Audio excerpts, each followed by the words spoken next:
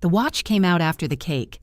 Mom had kept it in the blue velvet box from Halpern's Jewelers, even though my father had worn it for 31 years. The box was scuffed white at the corners, and the little hinge made a tired squeak when she opened it. Aaron stopped talking mid-joke. "Oh, Mom," he said. Around the table, forks paused in the remains of lemon cake. My Aunt Denise pressed 2 fingers to her lips. Aaron's wife, Dana, put her hand between his shoulder blades. Mom lifted Dad's watch from the satin. "This belongs with the person who kept this house going when I couldn't." Then she gave it to my brother.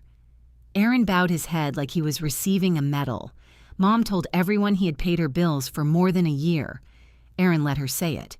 He even added details: the electric bill after the February freeze, the car insurance, the plumber, my payments, every one of them. Some of the bank memos actually said, "Love, Bertie." Only one person at that table had ever called me Bertie, and she was standing there praising Aaron. I looked at my mother and wondered how much of the lie she already knew. Aaron fastened the watch around his wrist. It hung loose because Dad had broader hands and thicker bones. For one stupid second, all I could think was that Aaron needed to remove 2 links. Then he raised his glass. "I didn't do any of it for recognition," he said. "That was when Marcus put his fork down. My husband did it carefully, which was worse than if he had slammed it. Marcus is a quiet man until somebody mistakes quiet for permission. I felt his knee turn toward mine beneath the table. I touched his leg once. "Don't." He looked at me. "Are you serious?" I gave the smallest nod I could. Mom was smiling at Aaron with tears still gathered along her lower lashes. She had turned 70 that afternoon, though she had spent the entire week insisting 70 was just 60 with less tolerance for decorative pillows. She wore a green blouse I'd bought her and the silver earrings Dana had given her. Aaron had brought flowers from the grocery store, still in the plastic sleeve with the price sticker half scraped off. His flowers were in the middle of the table. My catered food was in the kitchen. That sounds like scorekeeping. Maybe it was. Maybe I'd been keeping score for years and calling it love because I didn't like what the numbers said. Aunt Denise clinked her water glass with a spoon. "Speech, Aaron." "No, no." Aaron laughed and rubbed his thumb across Dad's watch face. "Mom's the hero here." "Oh, stop," Mom said. "I mean it. After Dad passed, she could have folded. A lot of people would have. But she stayed in this house, kept her routines, kept all of us together." He spoke beautifully when the facts were loose. It was one of his gifts. Dana stared down at her plate. I couldn't tell whether she knew. Dana had an expression she used around our family that made her look as if she were listening to a weather alert no one else could hear. Aaron continued. "There were some tight months, obviously. Insurance goes up. Utilities go up. Everything goes up except what they expect people to live on. A few people made sympathetic noises. But we handled it," he said. "That's what family does. We..." Such a flexible little word. Then he looked at me. Carrie helped when she could, too. Marcus inhaled through his nose. Mom glanced at me with a soft, encouraging smile, as if Aaron had generously remembered the time I brought napkins. That was the moment I should have said it.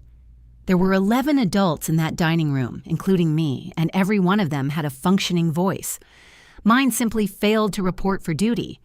I lifted my glass instead. "To Mom," I said. Everyone repeated it, "to Mom." Aaron's eyes met mine over the rim of his beer. His smile didn't change, but something behind it did. A tiny tightening.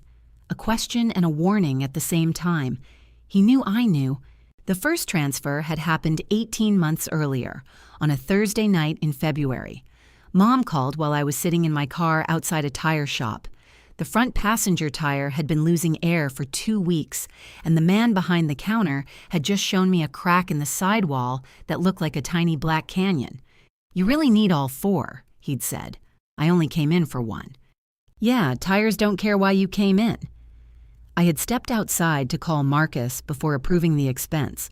Mom's name flashed across my screen first. "Are you busy?" she asked. I looked through the glass at the mechanic rolling one of my tires away. "Nope." This was another family tradition. Mom asked if I was busy. I lied. Then she proceeded with a clean conscience. Her furnace had stopped working properly. It still blew air, but the air was barely warm, and the temperature inside the house had dropped to 59. Aaron had gone over and gotten it running again, but the repair company wanted $680 to replace a part. "I can put it on the card," she said. "What card?" A pause. "The silver one." "You cut up the silver one." I cut up the physical card. Apparently, the account itself remains very committed to our relationship. I leaned against my car. The February wind found the gap between my coat and my neck. Mom had always been funny when she was scared. Dad used to say you could measure the seriousness of a problem by how entertaining she became. "How much room is on it?" I asked. "Oh, plenty." "Mom, about 400, and the repair is 680. That's what they claim. For all I know, the part is made of ivory. Where's Aaron?" "He went home. He was here for 3 hours, Caroline. Don't start. I didn't start anything. I heard your start voice." My start voice was apparently the voice I used before saying anything she didn't want to hear. I told her I'd call Aaron and get the details. Then I went back into the tire shop and approved 1 tire instead of 4. Aaron answered on the 6th ring. "If this is about the furnace, I fixed it. You got it temporarily running. That's what fixing is when you don't have $700.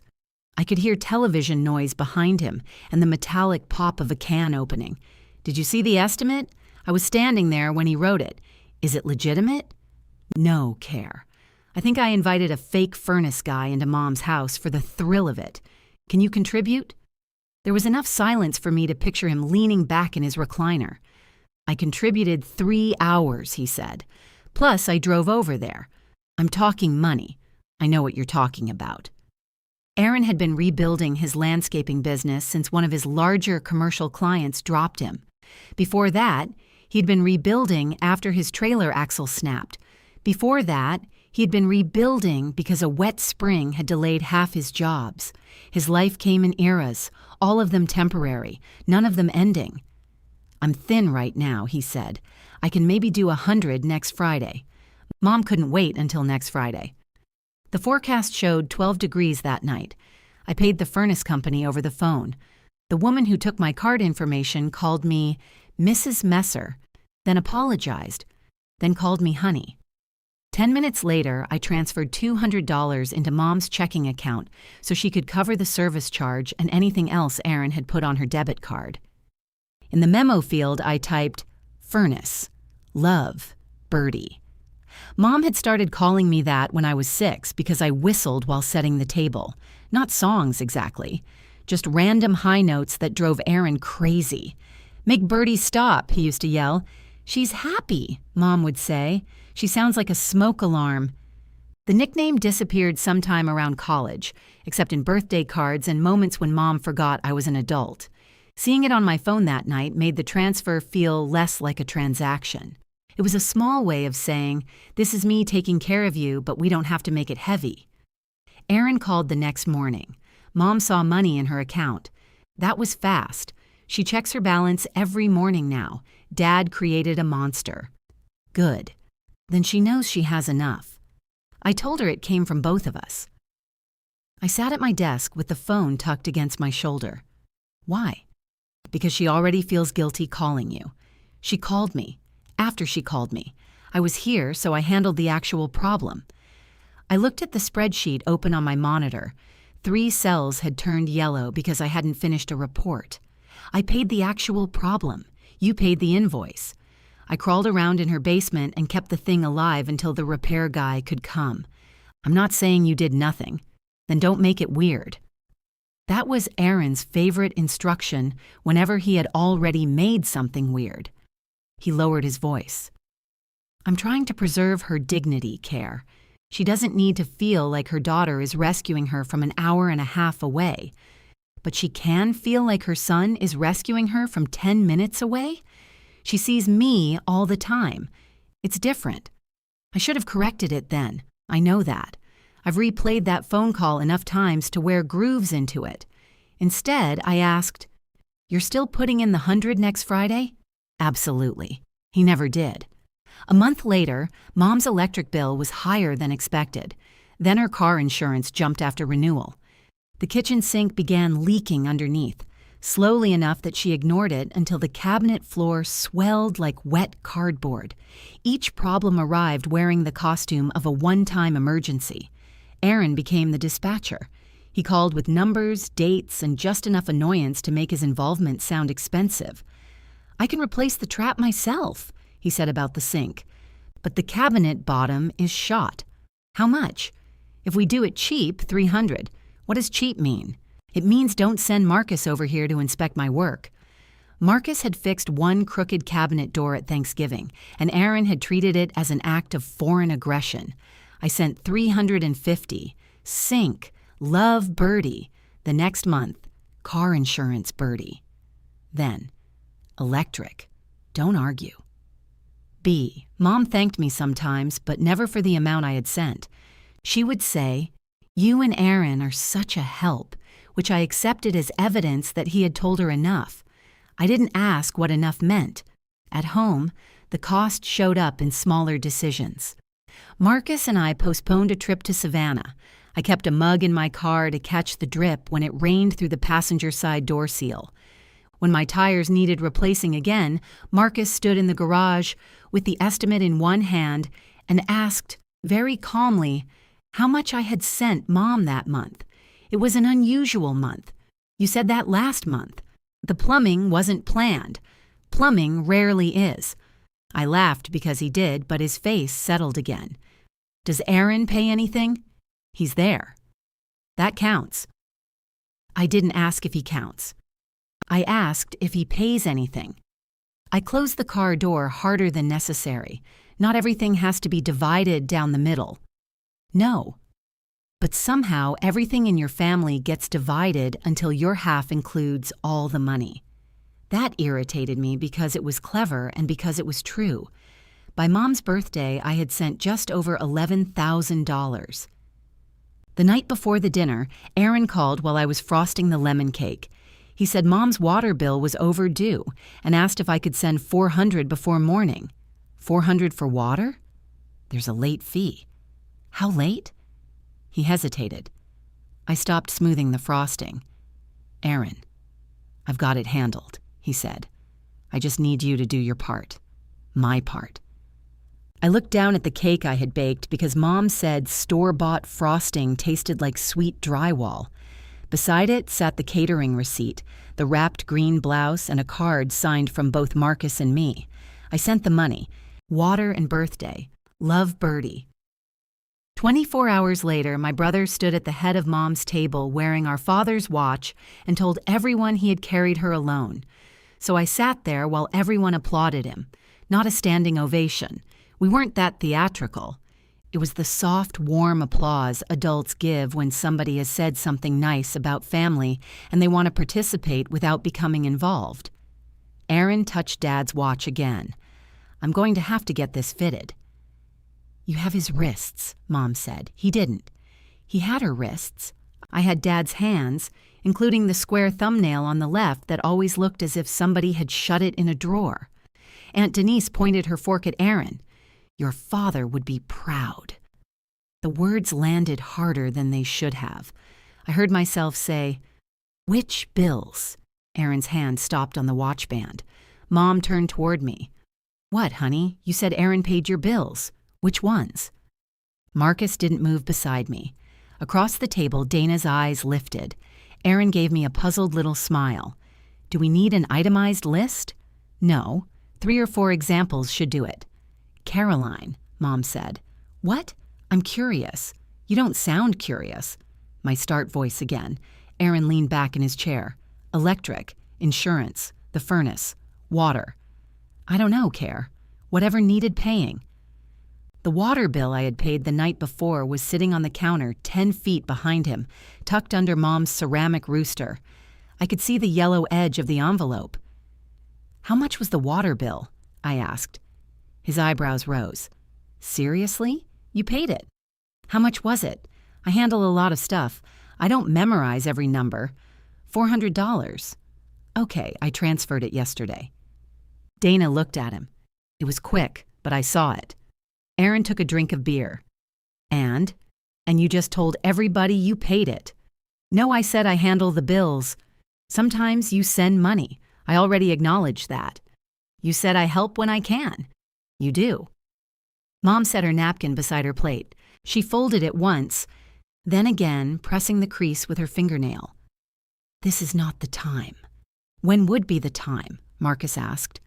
I turned to him. His voice was even, almost pleasant. I'm genuinely asking, Evelyn, because Aaron brought it up in a room full of people. When would Caroline be allowed to correct him? Mom looked wounded by his use of her first name.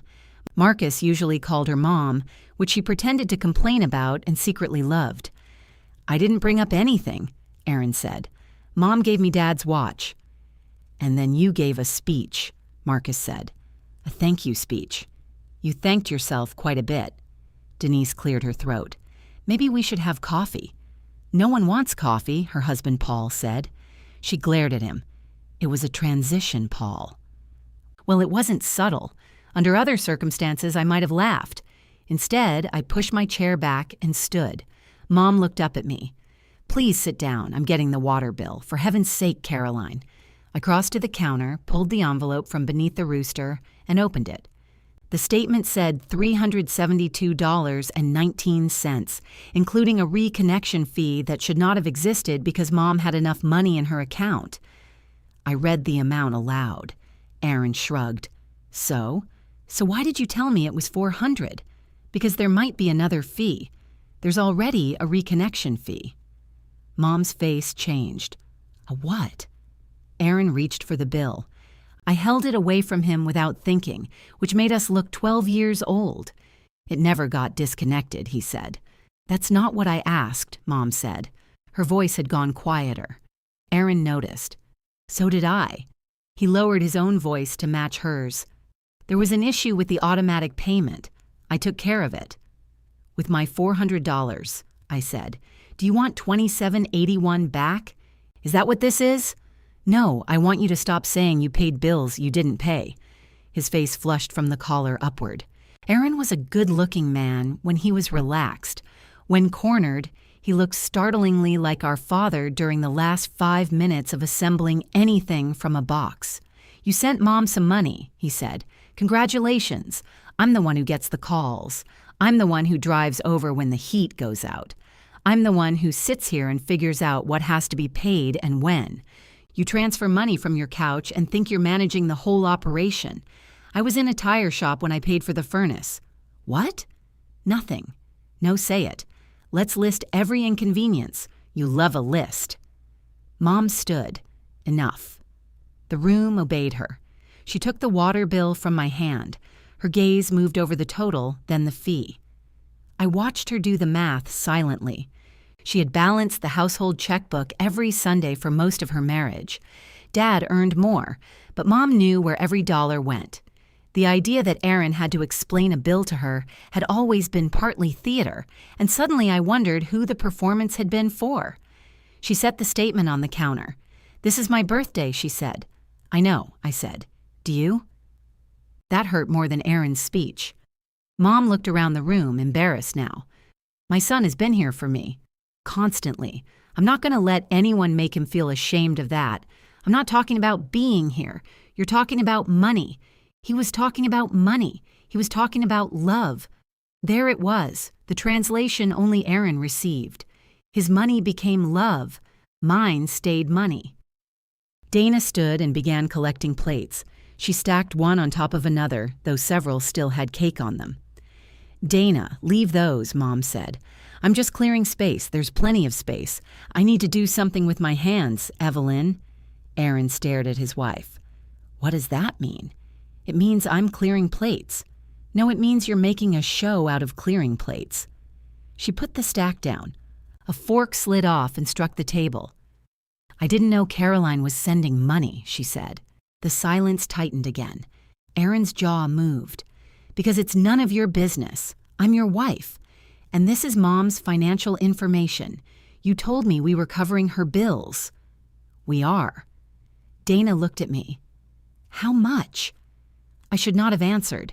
It wasn't her question to ask in that room, but I was so tired of everyone protecting Aaron from facts that I said, just over 11,000. Mom sat down.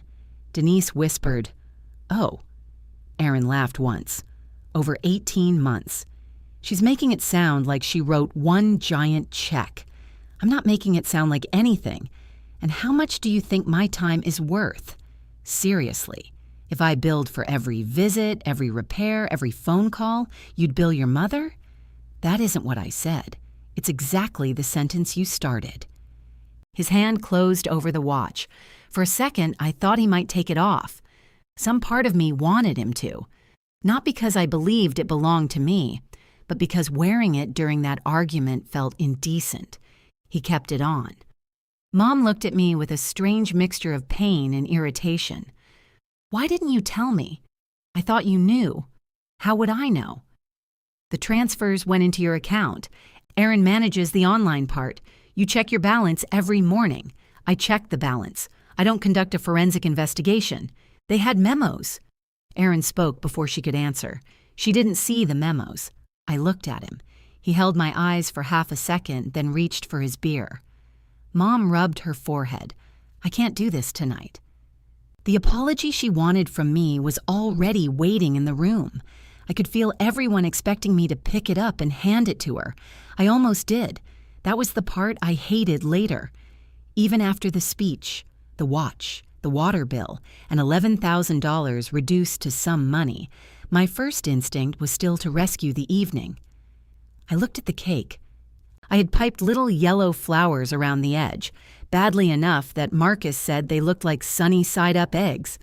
Mom had laughed when she saw them. For an hour, the night had been good. "I'm sorry this happened on your birthday," I said. Aaron exhaled like he'd won. "But I'm not sorry," I corrected it. Mom's mouth tightened. I picked up my purse. Marcus stood immediately. "Caroline," Mom said, "don't leave like this." "I don't know how else to leave. You could sit down and let everybody calm down." What she meant was, I could stay until the truth became rude and the lie became complicated. Marcus thanked her for dinner, which was absurd because we had brought dinner. Denise hugged me near the front door and whispered, "You know how your mother is about Aaron, as if that were a weather pattern, as if we all had to bring umbrellas." Outside, the air was cool and damp. The porch light reflected on the hood of my car, highlighting 2 streaks of bird droppings I had meant to clean off. Marcus waited until both doors were shut. 11,000? I stared through the windshield. "Caroline, I don't know the exact number. You just gave an exact enough number to a room full of people. 11.2, maybe." His face went still. "You told me it was around 7. When?" 2 months ago. I said I thought it was around 7. "No, you said it was around 7. Behind us, Mom's front door opened. Dana stepped onto the porch carrying her purse. Aaron followed her, talking with his hands. She walked toward their car without looking back. Marcus rubbed both palms over his face. "I'm not doing this here," he said. "Neither am I." We drove home in silence for the first 20 minutes. Rain began as we reached the highway, light at first, then hard enough that my wipers squeaked across the glass. Marcus finally said, "I am not angry that you helped your mother." "I know. I'm angry that you kept changing the number in your own head so you wouldn't have to tell me. I didn't keep anything from you. You kept it from yourself. I just got the benefit." I tightened my grip on the steering wheel. He looked out his window. "And you were going to sit there and let him take it." I did say something. After he put on the watch, I was trying not to destroy Mom's birthday. Aaron was counting on that. I knew he was right. That didn't make him kinder for saying it. When we got home, Marcus went upstairs. I stayed in the kitchen and opened my banking app. I searched Mom's name. The transfers filled the screen in neat green rows. 400, 350, 200, 812. Every emergency that had once felt separate now stood in line. I added them twice. $11,246. At 8:07 the next morning, Mom called. I answered, and she said, "You need to fix this with your brother." No hello. No question about whether I'd slept. I looked at the transfer list still open on my laptop. "Mom, are you near your computer? I'm not discussing my banking with you. Then we don't have anything to talk about." She went quiet. "You embarrassed him," she said. "He lied. He feels that you made his help look worthless. I paid your bills. He did the work. The money was part of the work. Not everything can be measured in dollars, Caroline. Open your bank account." She sighed my name. "Please," I said. "Open it and look at the deposits." I heard her chair scrape, then the slow waking chime of her old computer. She complained about the password. She complained about the security code. She complained that banks had made privacy so complicated nobody could access their own privacy. Then she found the first transfer. "Click the little arrow beside it," I said. "I see it. What does the memo say?" There was a long pause. When Mom answered, her voice had changed. "It says Birdie." Mom said it again, more quietly. "Birdie." I watched the cursor blink in the search box on my screen. "Open the next one." "I don't see why, please." She clicked. I could hear each tap of her mouse through the phone. "Car insurance," she read. "Birdie." And the next. "Electric." Don't argue. "B." That was August. "You called me because the house was 81 degrees and you didn't want to run the air conditioner." I remember the heat. "Do you remember the money?" She didn't answer. I had pictured this moment during the drive home. In every version, the nickname settled the question immediately. Mom saw Birdie and understood not only where the money came from, but what it had cost me to send it quietly. She apologized. I cried in a dignified way. Maybe she cried too. In reality, my mother clicked through 6 transfers and then said, "Aaron was coordinating all of this." I closed my eyes. What does that mean? He told me what needed to be paid. He arranged repairs. You contributed funds. That doesn't mean he did nothing. No one said he did nothing. You keep saying that, but your tone says it. My tone is exhausted. He has put hundreds of hours into this house, and I put $11,000 into it. There you go, measuring again. I'm using the measuring system the bank uses. She made a sound halfway between a sigh and a groan. "You know what I mean?" "No, I don't. You gave him Dad's watch because you thought he paid your bills. Now you can see he didn't. He paid some." "Which ones?" "I don't have a ledger in front of me. You literally do." She clicked something, and the computer made an unhappy noise. "I've lost the page." Of course she had. I leaned back in my chair. Morning sunlight was coming through the kitchen blinds in stripes, making the dust on my laptop screen impossible to ignore. Marcus had left his coffee mug beside the sink. He was upstairs, awake, but staying out of the conversation. I could hear one floorboard creak above me. "Did Aaron tell you the transfers were from both of us?" I asked. "He said you two had an arrangement." "What arrangement?" "That you were settling things between yourselves." The wording had Aaron all over it, specific enough to stop questions, vague enough to survive them. Settling what? I assumed he had paid expenses and you were reimbursing part of them. Why would I reimburse him by putting money into your account? I don't know how these applications work. You know how a checking account works. Don't speak to me like I'm senile. I'm not. I'm speaking to you like you're avoiding the obvious. The silence on her end sharpened. "I saw deposits," she said. "Aaron said he was handling it. I didn't interrogate my children because I trusted you. You trusted him. I trusted both of you. You thanked him. He was standing in front of me. So was I. That is not fair." I almost laughed.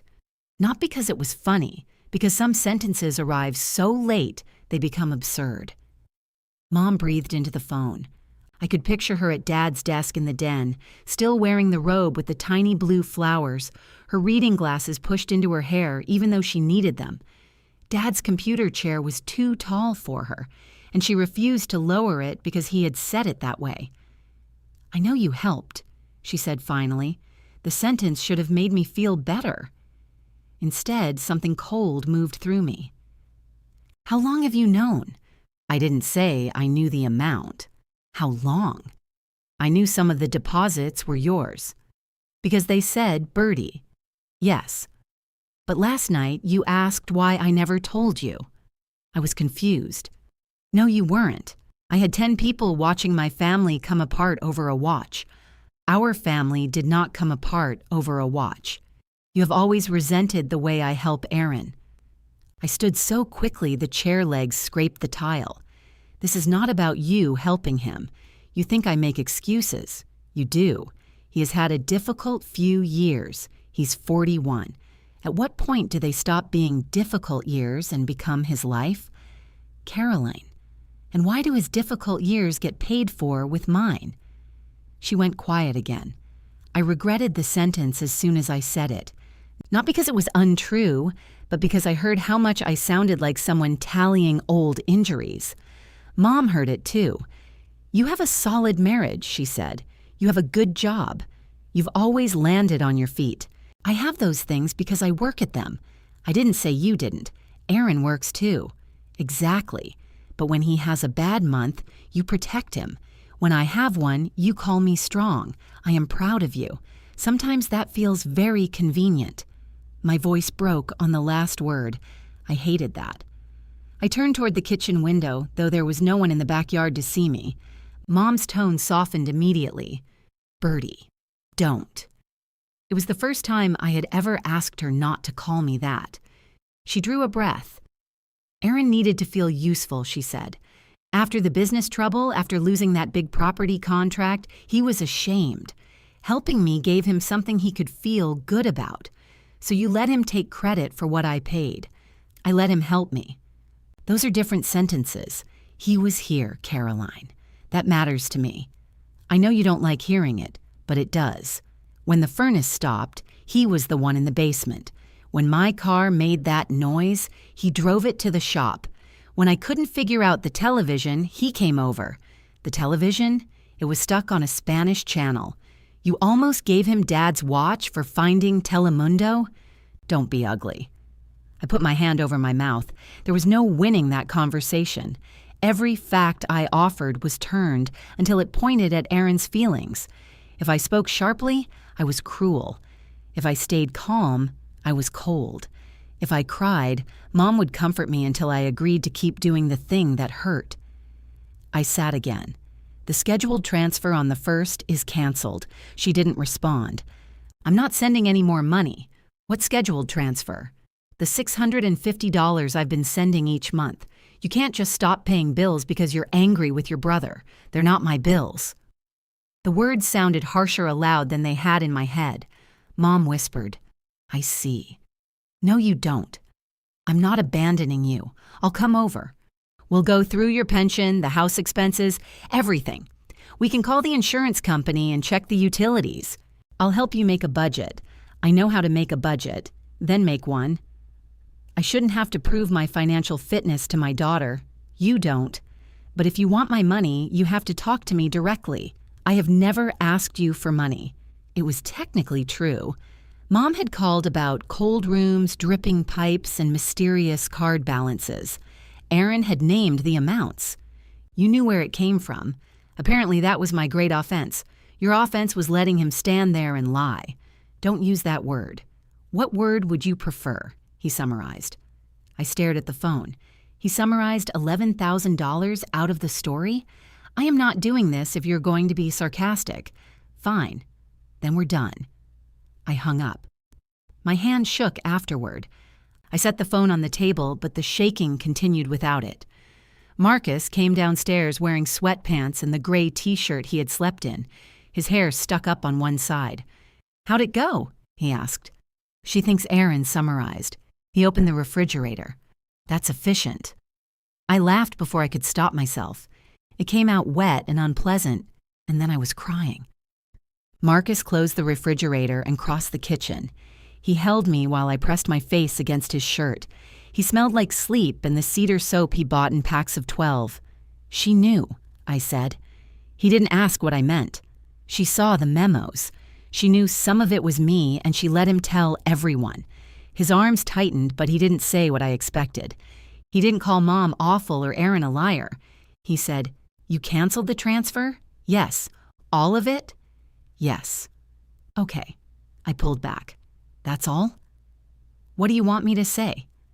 "I don't know. Neither do I." He rubbed my upper arms. "I'm proud of you for stopping. I'm also still angry you hid the total from me. Both things can be true. Trust Marcus to locate the second knife while I was still examining the first. I didn't hide it. You avoided adding it. That's not the same. It is when we share a life." I stepped away and wiped my face with both hands. He took his mug to the sink. "I'm not asking you to solve it right now, but we are going to talk about it." I said, "I'm sorry. You said you didn't hide it." He turned around. "That is not an apology, and you know it." The phone rang between us. "Aaron." I let it ring. Marcus looked at the screen. "You should probably answer before he drives over." He wouldn't. The phone stopped, then immediately started again. "He absolutely would," Marcus said. I answered on speaker. "What? Did you seriously tell Mom you're cutting her off?" "Good morning to you too. She's crying." "So was I. Did she call you to report that?" "She called because she's panicking. You can't threaten her security to win an argument. I offered to help her make a budget. She doesn't need a budget. She needs her bills paid." "Then pay them." Aaron went silent. Marcus leaned against the counter, arms folded. "I already pay in time," Aaron said. "Send the electric company 3 hours and see what they do with it. This is exactly why nobody tells you anything. You turn everything into a spreadsheet. No, people don't tell me things because then I might make informed decisions. You agreed to this arrangement. I agreed to help Mom. I did not agree to finance a story where you rescued her. I never asked for the watch. You accepted it. What was I supposed to do? Humiliate her in front of everybody?" The precision of that excuse almost impressed me. Aaron's dignity and Mom's dignity had become interchangeable. Protecting either one always required my silence. "You could give it back," I said. "This is not about the watch. Then giving it back should be easy." He lowered his voice. "You really want Dad's watch that badly?" "I don't want it. Sure sounds like you do. I want you to admit why she gave it to you. She gave it to me because I was there." Marcus shook his head. Aaron continued, "And for the record, I have spent money, gas, parts, groceries. You think every time I brought her dinner it appeared by magic? Give me the total. I don't keep receipts for my mother. Convenient. You know what? Don't send anything. I'll handle it." "With what?" "That's none of your business. It becomes my business every time you call me with an amount. I said I'll handle it." He sounded so certain that an old reflex rose in me. Maybe I was being unfair. Maybe he did have money coming in. Maybe stopping abruptly would only punish Mom. Maybe I should taper the transfer instead of canceling it. Then he said, "You'll calm down in a week anyway." The reflex vanished. "No, Aaron. You always do. I'm not sending another $1. He laughed, not because anything was funny, but because he did not believe me. "Okay, Bertie," he said. Then he hung up. The line went dead. Marcus stared at my phone. "Did he just call you Bertie?" "Yes. I've never heard him call you that. He hasn't since we were children. What a charming man." I turned off speaker and set the phone face down. It buzzed almost immediately with a text from Mom.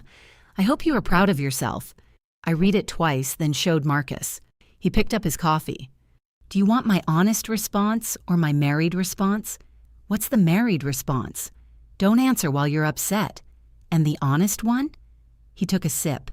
"Your brother is 41 years old." It wasn't much of an answer, but it made me smile. I opened my banking app and found the recurring transfer. The screen asked if I wanted to cancel only the next payment or the entire series. My thumb hovered over the options. Canceling one would prove Aaron right. I would pause dramatically, let everybody suffer just enough to appreciate me, then resume before anything serious happened.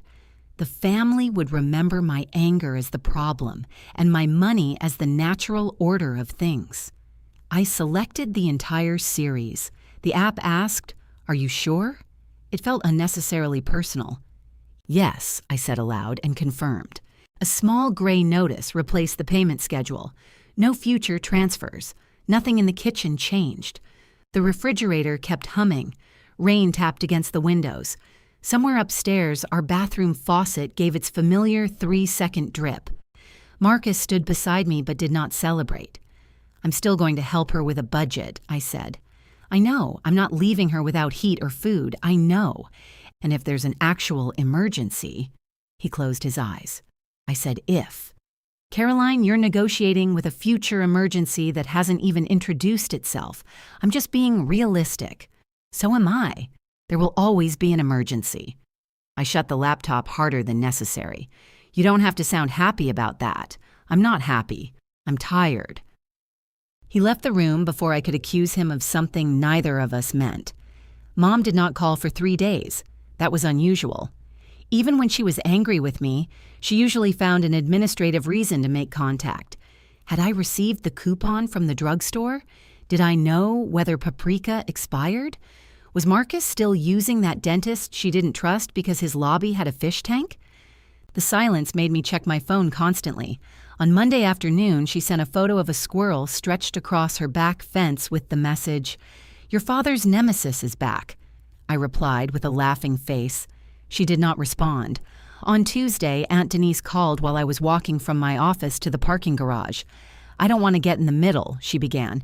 "Then I can save you some time." I said I don't want to. I didn't say Evelyn left me a choice.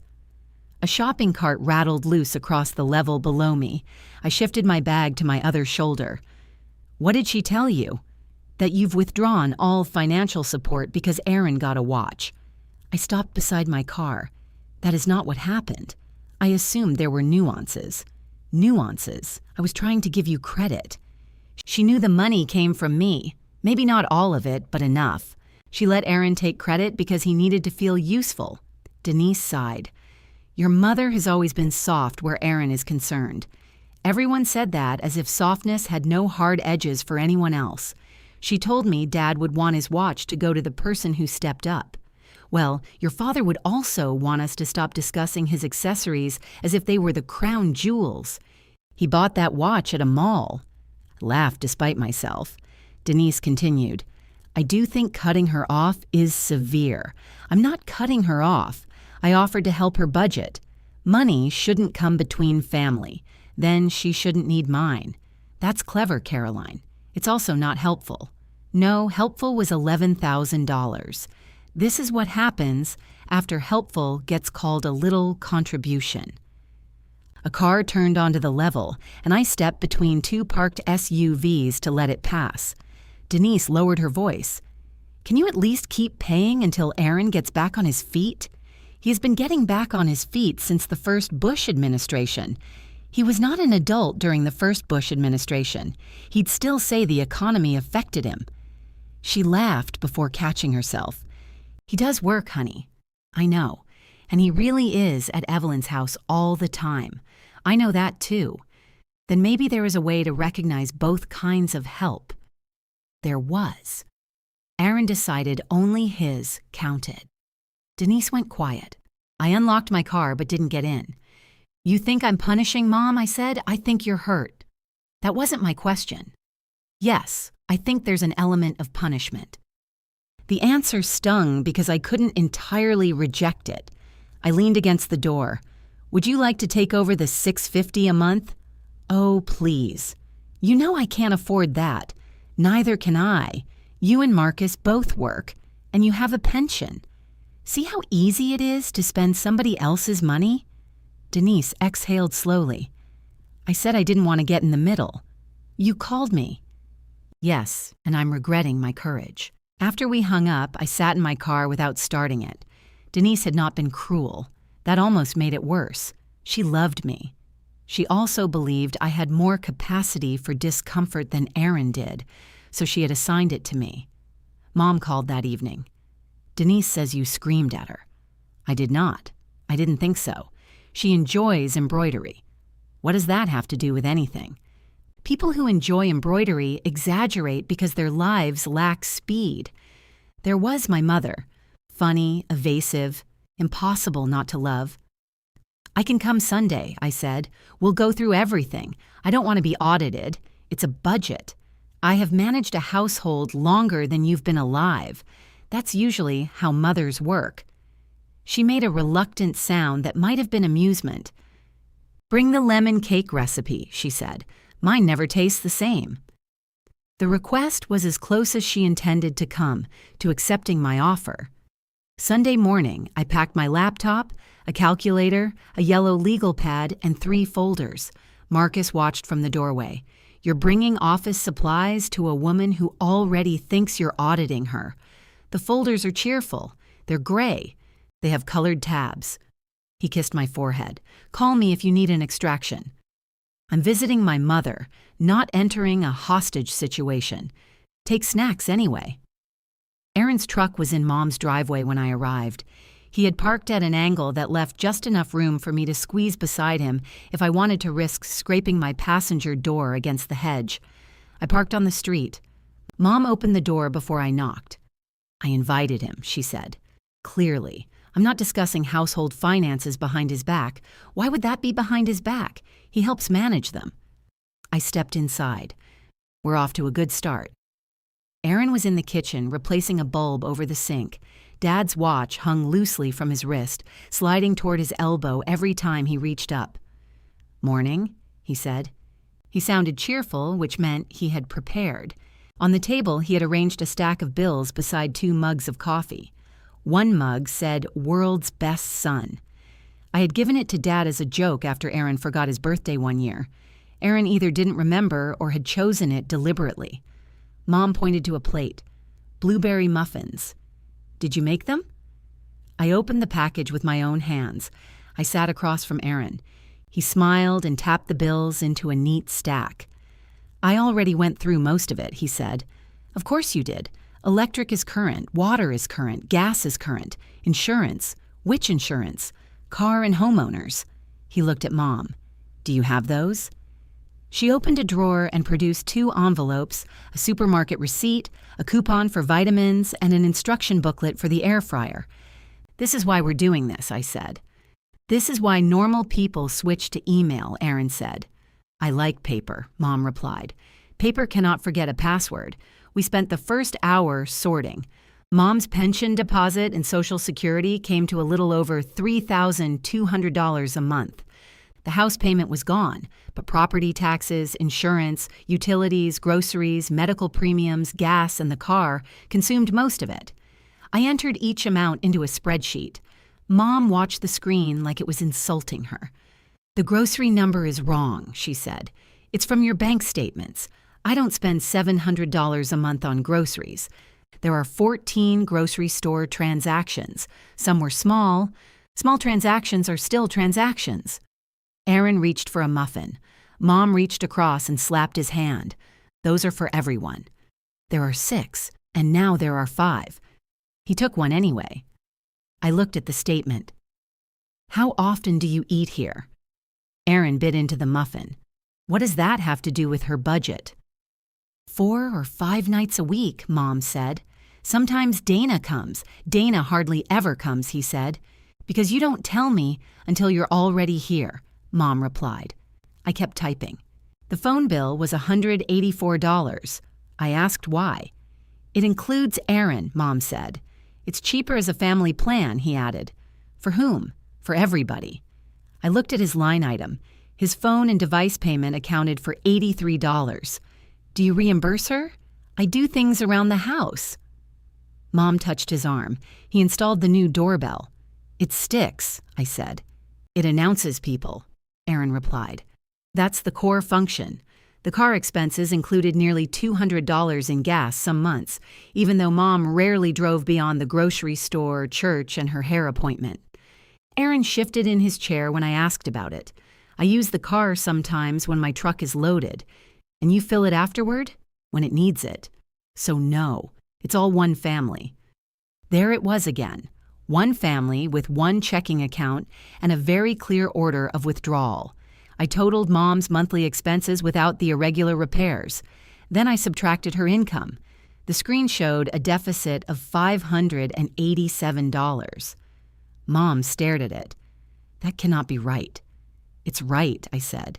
Aaron leaned over the laptop. You've inflated groceries. I used the average. And the phone bill isn't all hers. She pays it. The property taxes aren't monthly. I divided them by 12. He sat back. That's misleading. That's budgeting. Mom folded her hands. So what am I supposed to do? I turned the laptop toward her and pointed to the expenses that were not actually hers. Stop paying for Aaron. Aaron stopped chewing. Mom looked from the spreadsheet to me. Don't be ridiculous. I'm not. You want me to stop feeding my own son? I want him to buy his own groceries. I buy groceries, Aaron said. You bought those flowers Friday. I buy other groceries. For your house? Yes, Caroline. That's generally where people take groceries. Mom pinched the bridge of her nose. This is exactly what I didn't want. What did you want? I asked. A budget where none of the numbers require anyone to change. I wanted to understand where the money was going. I pointed at the screen. There. That is your interpretation. It's addition. Aaron leaned back and crossed his arms. Dad's watch slid down again. How much do you think it costs to hire someone every time she needs something done? Probably less than $83 a month to change a light bulb. I replaced a doorbell. It sticks. It still rings. Mom slapped one palm against the table. Stop talking about the doorbell. We stopped. She had tears in her eyes, which made everything on the table look cruel. The folders, the calculator, the grocery receipts flattened beneath my hand. I don't want to calculate what it costs to have my son eat dinner with me, she said. That's not what I'm asking. It sounds like it. Aaron put his half-eaten muffin back on the plate. The gesture was so wounded and deliberate, I almost admired it. I'll pay for the muffin, he said. Oh, for heaven's sake, Mom told him. No, apparently we need to establish the market value. You're doing that on purpose, I said. Doing what? Making this ugly enough that she'll stop looking at the numbers. He smiled without humor. You brought 3 folders to Sunday breakfast. 2 folders. One is for statements. Thank God. I thought the colored tabs were hostile. Mom gave a short laugh before remembering she was upset. That was Aaron's advantage. He could make her laugh in the middle of disappointing her, and the laughter would erase half the disappointment. I turned the laptop back toward me. Taking his phone off the plan saves $83. If he stops using your gas and contributes to groceries, that's another $250 to $300. Based on what? Aaron asked. Based on your mother buying chicken for 4 people when 1 person lives here. I bring leftovers home. That proves my point. It proves she cooks too much. Mom folded her arms. Your father ate leftovers. Dad also paid the phone bill, I said. Her face closed. I regretted it, but not enough to take it back. I looked down at the spreadsheet. You can lower the cable package. That saves $90. Cancel 2 streaming services. I watch those. You also have cable. They don't show the same things. You pay for a home shopping membership. That gives me free shipping. You wouldn't need free shipping if you stopped buying things to qualify for free shipping. That is not how free shipping works, Aaron said. She likes getting packages. I looked at him. Do you hear yourself? Yes. I hear myself defending an adult woman's right to have small pleasures in her own home, funded by me. Mom flinched. The words sat between us. I had meant the subscriptions and shopping, but the sentence sounded like I had claimed every warm thing in her life. I didn't know you resented helping me this much, she said. I don't resent helping you. You clearly do. I resent not being allowed to call it help. Aaron shook his head. There it is. What? The credit? I stared at him. This is about credit, he said. You keep pretending it's about truth or budgeting, but you wanted an announcement. You wanted Mom to stand up at dinner and tell everybody what a wonderful daughter you are. I wanted you not to lie. You wanted applause. I wanted the transfer yesterday to keep her water on. The water was never off because I sent $400. And now we're back to the money. We are sitting at a table doing a budget. Mom pushed her chair away and walked to the sink. She looked out the window over the backyard where Dad's old metal bird feeder leaned slightly to the left. Aaron had promised to straighten it in the spring. It was now October. I thought the money was easy for you, she said. I turned toward her. Why? You never said otherwise. You never asked. You and Marcus do well. Based on what? Our lack of public emergencies? Aaron said, You both have salaries. Yes, and expenses. No one said you don't. I delayed replacing 4 tires because of the furnace repair. Mom turned around. You told me you needed 1 tire. I needed 4. I bought one. You shouldn't have done that. I know, you should have told me. What would you have done? She opened her mouth, then stopped. I continued. We canceled Savannah. I've been working extra Saturdays. Marcus thought the total was $4,000 less than it actually was because I kept treating every transfer like an exception. Aaron glanced at me. That sounds like an issue between you and Marcus. It became an issue between me and Marcus because you kept calling with Mom's bills. I didn't tell you to lie to your husband. No, you just told me every problem had to be solved immediately and quietly. Mom pulled out her chair but didn't sit. Why didn't Marcus say something? Because he thought it was $7,000. The embarrassment returned as I said it. I had been so focused on Aaron's lie that I had avoided naming mine. Mom's expression softened, but Aaron's sharpened. So you're blaming me because you weren't honest with him? I'm telling you this wasn't easy money. Nobody called it easy. Mom just did. I said I thought it was easy. That is calling it easy. Mom sat and pressed both hands flat against the tabletop. All right, I'm sorry. It came out clipped, but it was the first apology anyone had offered. I waited. She looked at the spreadsheet. I'm sorry, I assumed. Thank you. And I'm sorry your feelings were hurt at dinner. Aaron shifted in his chair. I closed the laptop halfway. Not that apology. I don't know what you want me to say. That the money was mine. That you knew enough to question what Aaron said and you chose not to. I have already explained why. Because he needed to feel useful. Yes. And what did I need? Mom's eyes met mine. The refrigerator cycled on behind us. Aaron reached for his coffee, then seemed to decide the movement would draw attention and left the mug where it was. You've never needed praise, Mom said. The answer was honest. That was what made it so bad. I closed the laptop completely. Mom saw my face and tried again. I mean, you're confident. You know your worth. People who know their worth can still notice when their mother gives it away.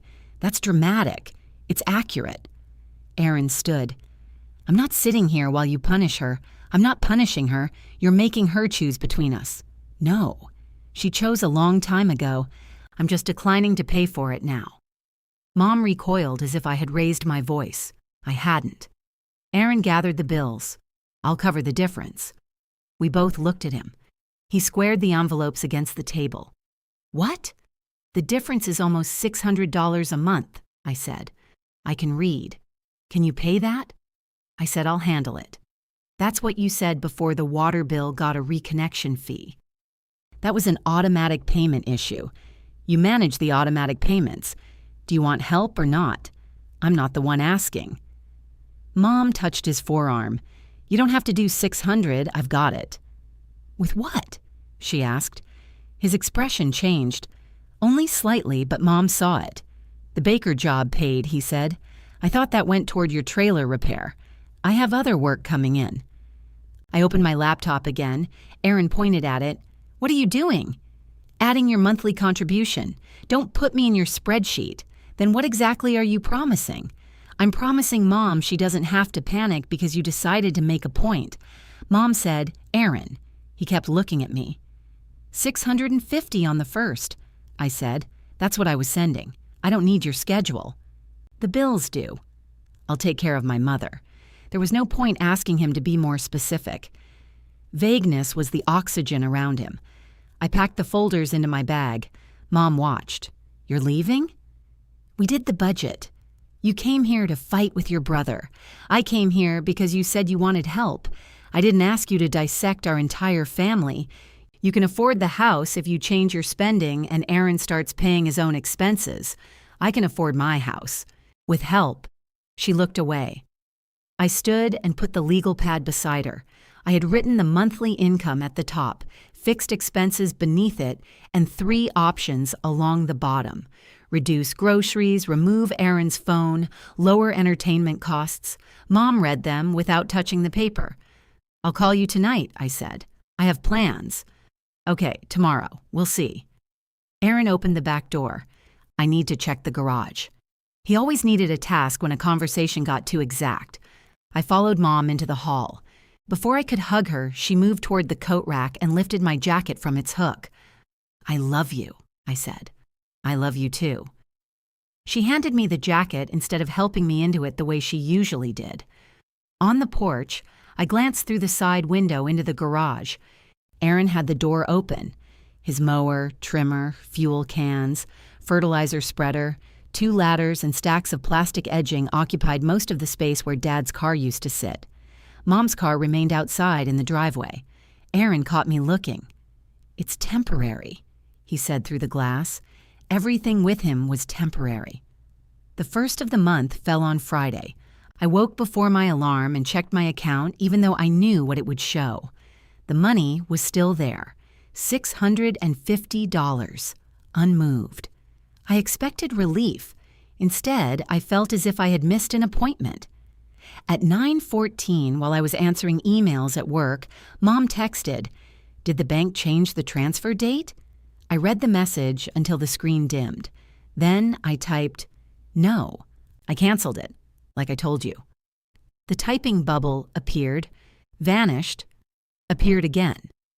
Finally, she wrote, "I didn't think you meant this month." I typed, "I meant this month." Mom called before I could put the phone down. "You know my homeowner's insurance is due next week. We put it in the budget. We divided it by 12. The company does not accept imaginary monthly divisions. They'll switch you to monthly billing and charge a fee, probably $5. That's $60 a year.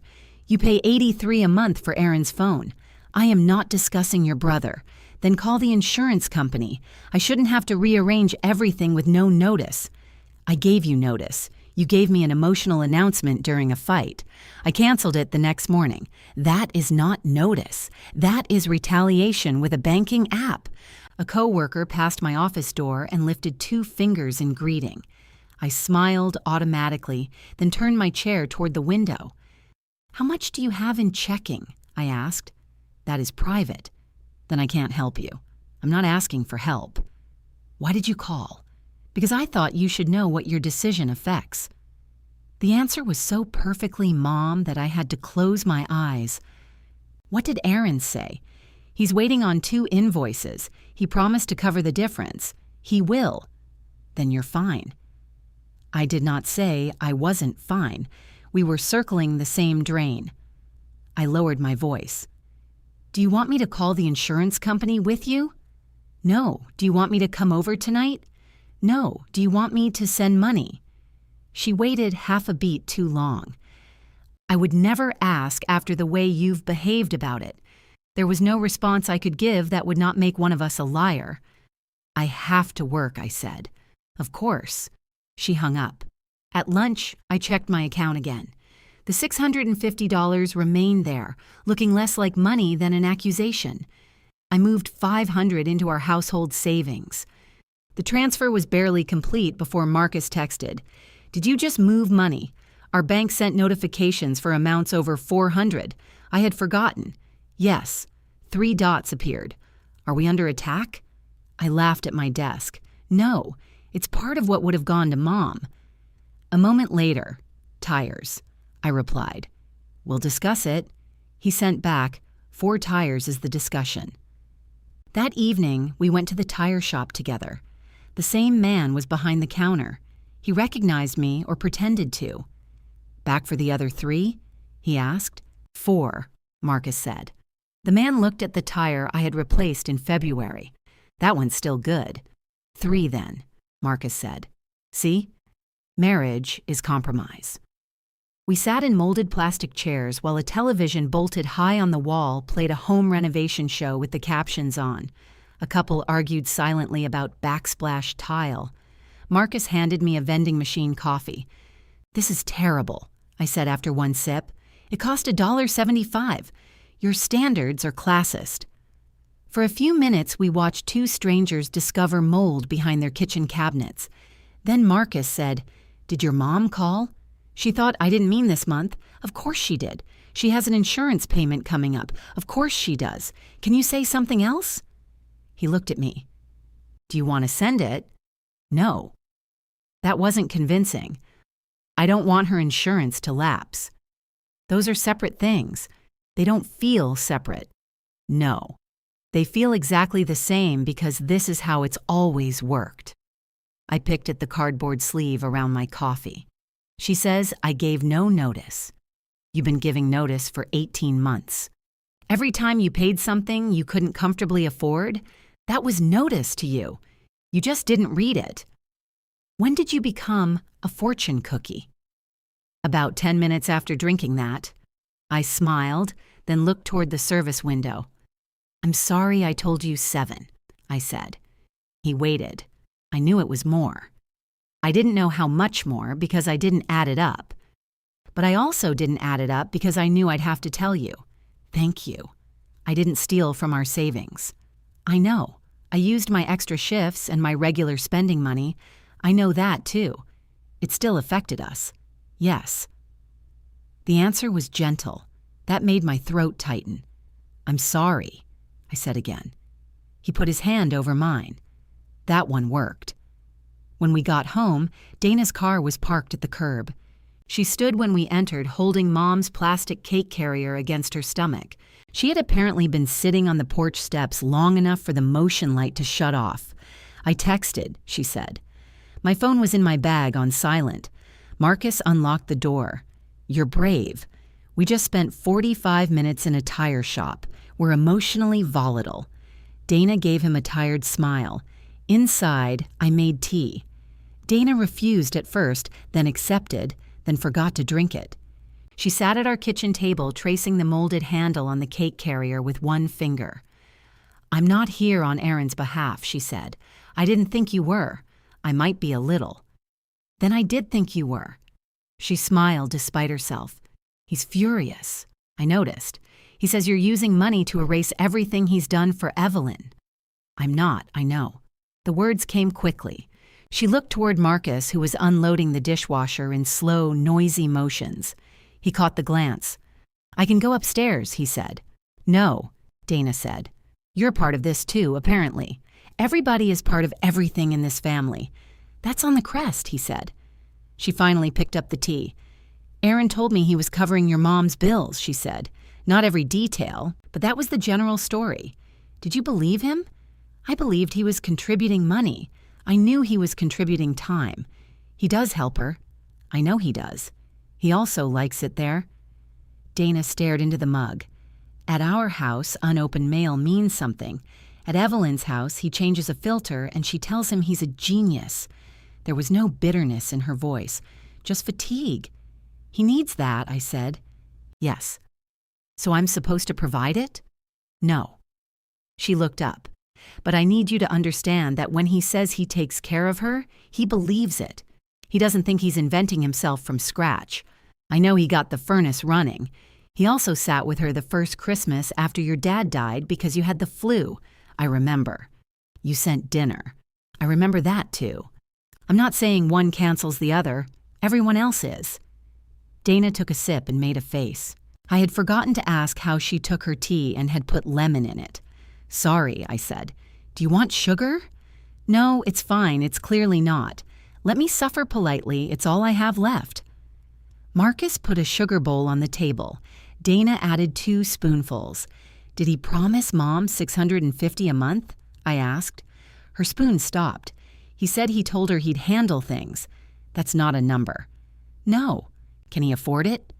She rubbed her thumb along the mug rim. "Aaron can afford anything in the moment he promises it." Marcus shut the dishwasher. Dana glanced at him. "That sounded mean. It sounded practiced," he said. She looked down. I asked, "Did Mom's insurance get paid?" "I don't know. Aaron was waiting for a customer to pay him. She told me 2 invoices. There's always an invoice. Does he have work?" "Yes, he works hard. That's part of what makes this so maddening. He'll spend 10 hours fixing a problem that could be prevented with 20 minutes of planning. That was the most accurate description of my brother I had ever heard. Dana pushed the cake carrier toward me. Evelyn said this was yours. It's hers. She said it takes up too much room. The carrier had lived in the cabinet above Mom's refrigerator for at least 15 years. It only took up too much room when she wanted to send a message. Dana stood. At the door, she paused. He really didn't ask for the watch. He didn't refuse it. No. Did he tell you I wanted it? Yes. I don't. I know. She looked toward the cake carrier. But I think he needs you to want it. Otherwise, he has to ask why you were upset. After she left, Marcus leaned against the closed door. I like her, he said. So do I. That must be exhausting for both of you. Mom and I communicated through practical texts for the next week. She asked for the lemon cake recipe. I sent it. I asked if she had scheduled monthly insurance payments. She replied, Aaron handled it. I did not ask for details. On Saturday, I drove over with 2 bags of groceries, not $700 worth. Chicken, vegetables, coffee, the yogurt Mom liked, and the expensive crackers she claimed were better for her digestion. She opened the door and looked at the bags. I didn't ask for those. I know. I can buy groceries? I know. Are you going to put them on a spreadsheet? Only the yogurt. She let me in. The house was unusually quiet. No television, no music from the kitchen radio. Cable broken? I asked. I lowered the package. The new one doesn't include the channel I watch in the mornings. You could stream it. I canceled the streaming. I set the bags on the counter. She had followed part of the budget. The realization should have felt like progress. Instead, I felt guilty for taking away the background noise in her house. What about Aaron's phone? I asked. Her mouth tightened. He needs it for work. He can pay for it. He will. I began unloading groceries. Mom opened the refrigerator. Several plastic containers were stacked inside. Aaron brought dinner? I asked. I made pot roast. For one? He stopped by. Of course he had. She handed me a container. Take some home. No thanks. You always liked pot roast. I do. Keep it. You brought me food and won't take food? Mom. She shoved the container onto a shelf. I asked, did you pay the insurance? Aaron took care of it. Good. The answer came out too quickly. Mom heard it. She closed the refrigerator. He paid $200, she said. I covered the rest. With what? My own money. Which money? Her eyes moved toward the counter where the property tax statement sat beneath the ceramic rooster. My stomach dropped. You used the tax money. It isn't due until January. That money was set aside, and I'll set it aside again. How? Mom picked up a bag of crackers and studied the label as if she had never seen food before. Aaron will have more work by then, she said. They had not solved the problem. They had moved it 3 months away and called that handled. You can't rebuild a tax fund with a promise, I said. Mom put the crackers in the pantry. I don't have a promise. I have income.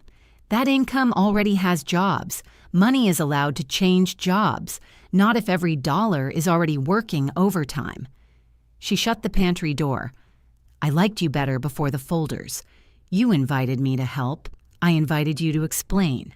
I did not invite you to become the finance police. The explanation was that you're spending more than you receive. And I reduce things. I know. Do you? Because you walked in and immediately started inspecting. I brought groceries. As evidence. As food. Then why won't you let me enjoy that you brought food? The question stopped me. Mom stood with her arms crossed, small and furious in a pink cardigan. She had canceled entertainment she liked, lost money she thought would always arrive, and watched both of her children turn every visit into a referendum on her judgment. None of that made her innocent, but innocence was not required for pain. I'm glad I brought it, I said. You don't look glad. I'm worried. Worry is just criticism wearing comfortable shoes. That doesn't even make sense. It made sense when your father said it. Dad also thought meatloaf was a vegetable. Her mouth twitched. I stepped closer. I'm not sending the tax money. The twitch disappeared. I didn't ask. You were going to. I was not. Okay. I might have asked whether you could lend it, which is different. How? Loans are repaid. By whom? The front door opened before she answered. Aaron called, "Anybody alive?" Mom looked relieved. "In the kitchen," she said. "He came in carrying a bag from the hardware store and stopped when he saw me." "Family summit?" "I brought groceries," I said. He looked at the bags. Bold. Mom took the hardware bag from him. "Did you get the brackets?" "And anchors. The shelf won't move again unless the wall does." She kissed his cheek. "Thank you." He had come to repair a loose shelf in the laundry room. Real work, needed work. I felt the old pressure to either praise him or look petty. "That's good," I said. Aaron glanced at me. "Don't strain anything." Mom unpacked the brackets. "Caroline thinks I misused the tax money. I think tax money should pay taxes." "It will," Aaron said. "How?" "I have 2 jobs closing before Christmas. You had 2 invoices coming last week. One paid, that was the $200. His jaw tightened. "Yes," Mom said, which was very generous. I didn't say it wasn't. You say everything like it comes with a footnote. Aaron picked up the hardware bag. "This is why I don't discuss money with her. You call me every time you need it. I haven't called you since the party. Congratulations on 2 weeks." He turned toward the laundry room. I followed him far enough to see Mom's folding table covered with his work gloves, a roll of weed control fabric, and 3 orange fuel containers. "Is all that yours?" He didn't look back. "It's winter storage. It's October. Plants don't own calendars, Care." "Do you pay Mom for the garage?" He set the brackets on the dryer. "Do you want me to pay by the square foot? I want you to stop acting like your help has no benefits for you." He faced me. For once, he did not have a quick response. Mom stepped between us, holding the anchors. "Not today." "What day?" I asked. "No day." "This is my house." "Exactly. Your house is paying to store his business. I want his things here. Your car sits outside. I prefer it outside. You complained about scraping ice last winter. I enjoy fresh air in the morning." Aaron picked up his drill. "She said she wants it here." Mom lifted her chin. There was nothing I could do with 2 people committed to the same fiction.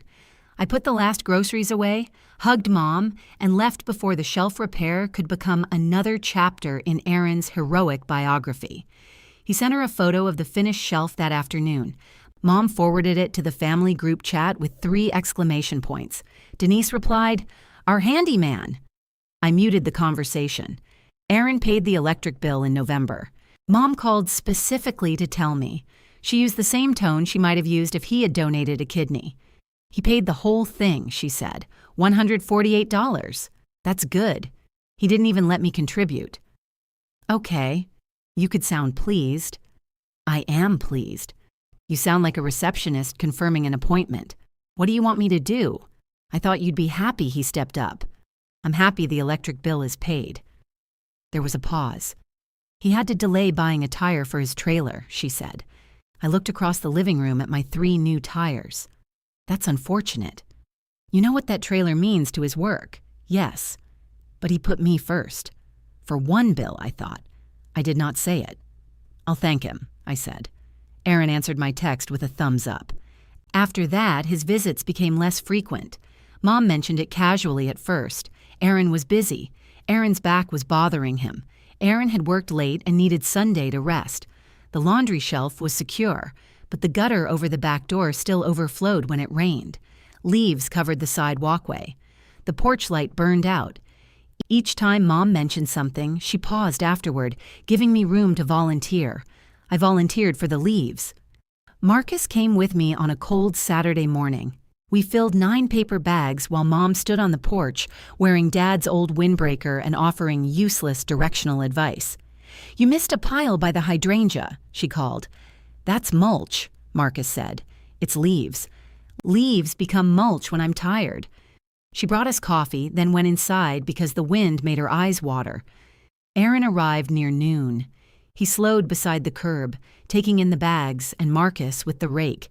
Then he parked behind my car. "I was going to do that," he said. Marcus leaned on the rake. "Good news. You did it telepathically. Aaron ignored him. Inside, Mom had made grilled cheese and tomato soup. She cut the sandwiches diagonally because Dad had insisted they tasted better that way. Aaron ate too. While we were at the table, Mom slid the phone bill toward him. "Your part went up," she said.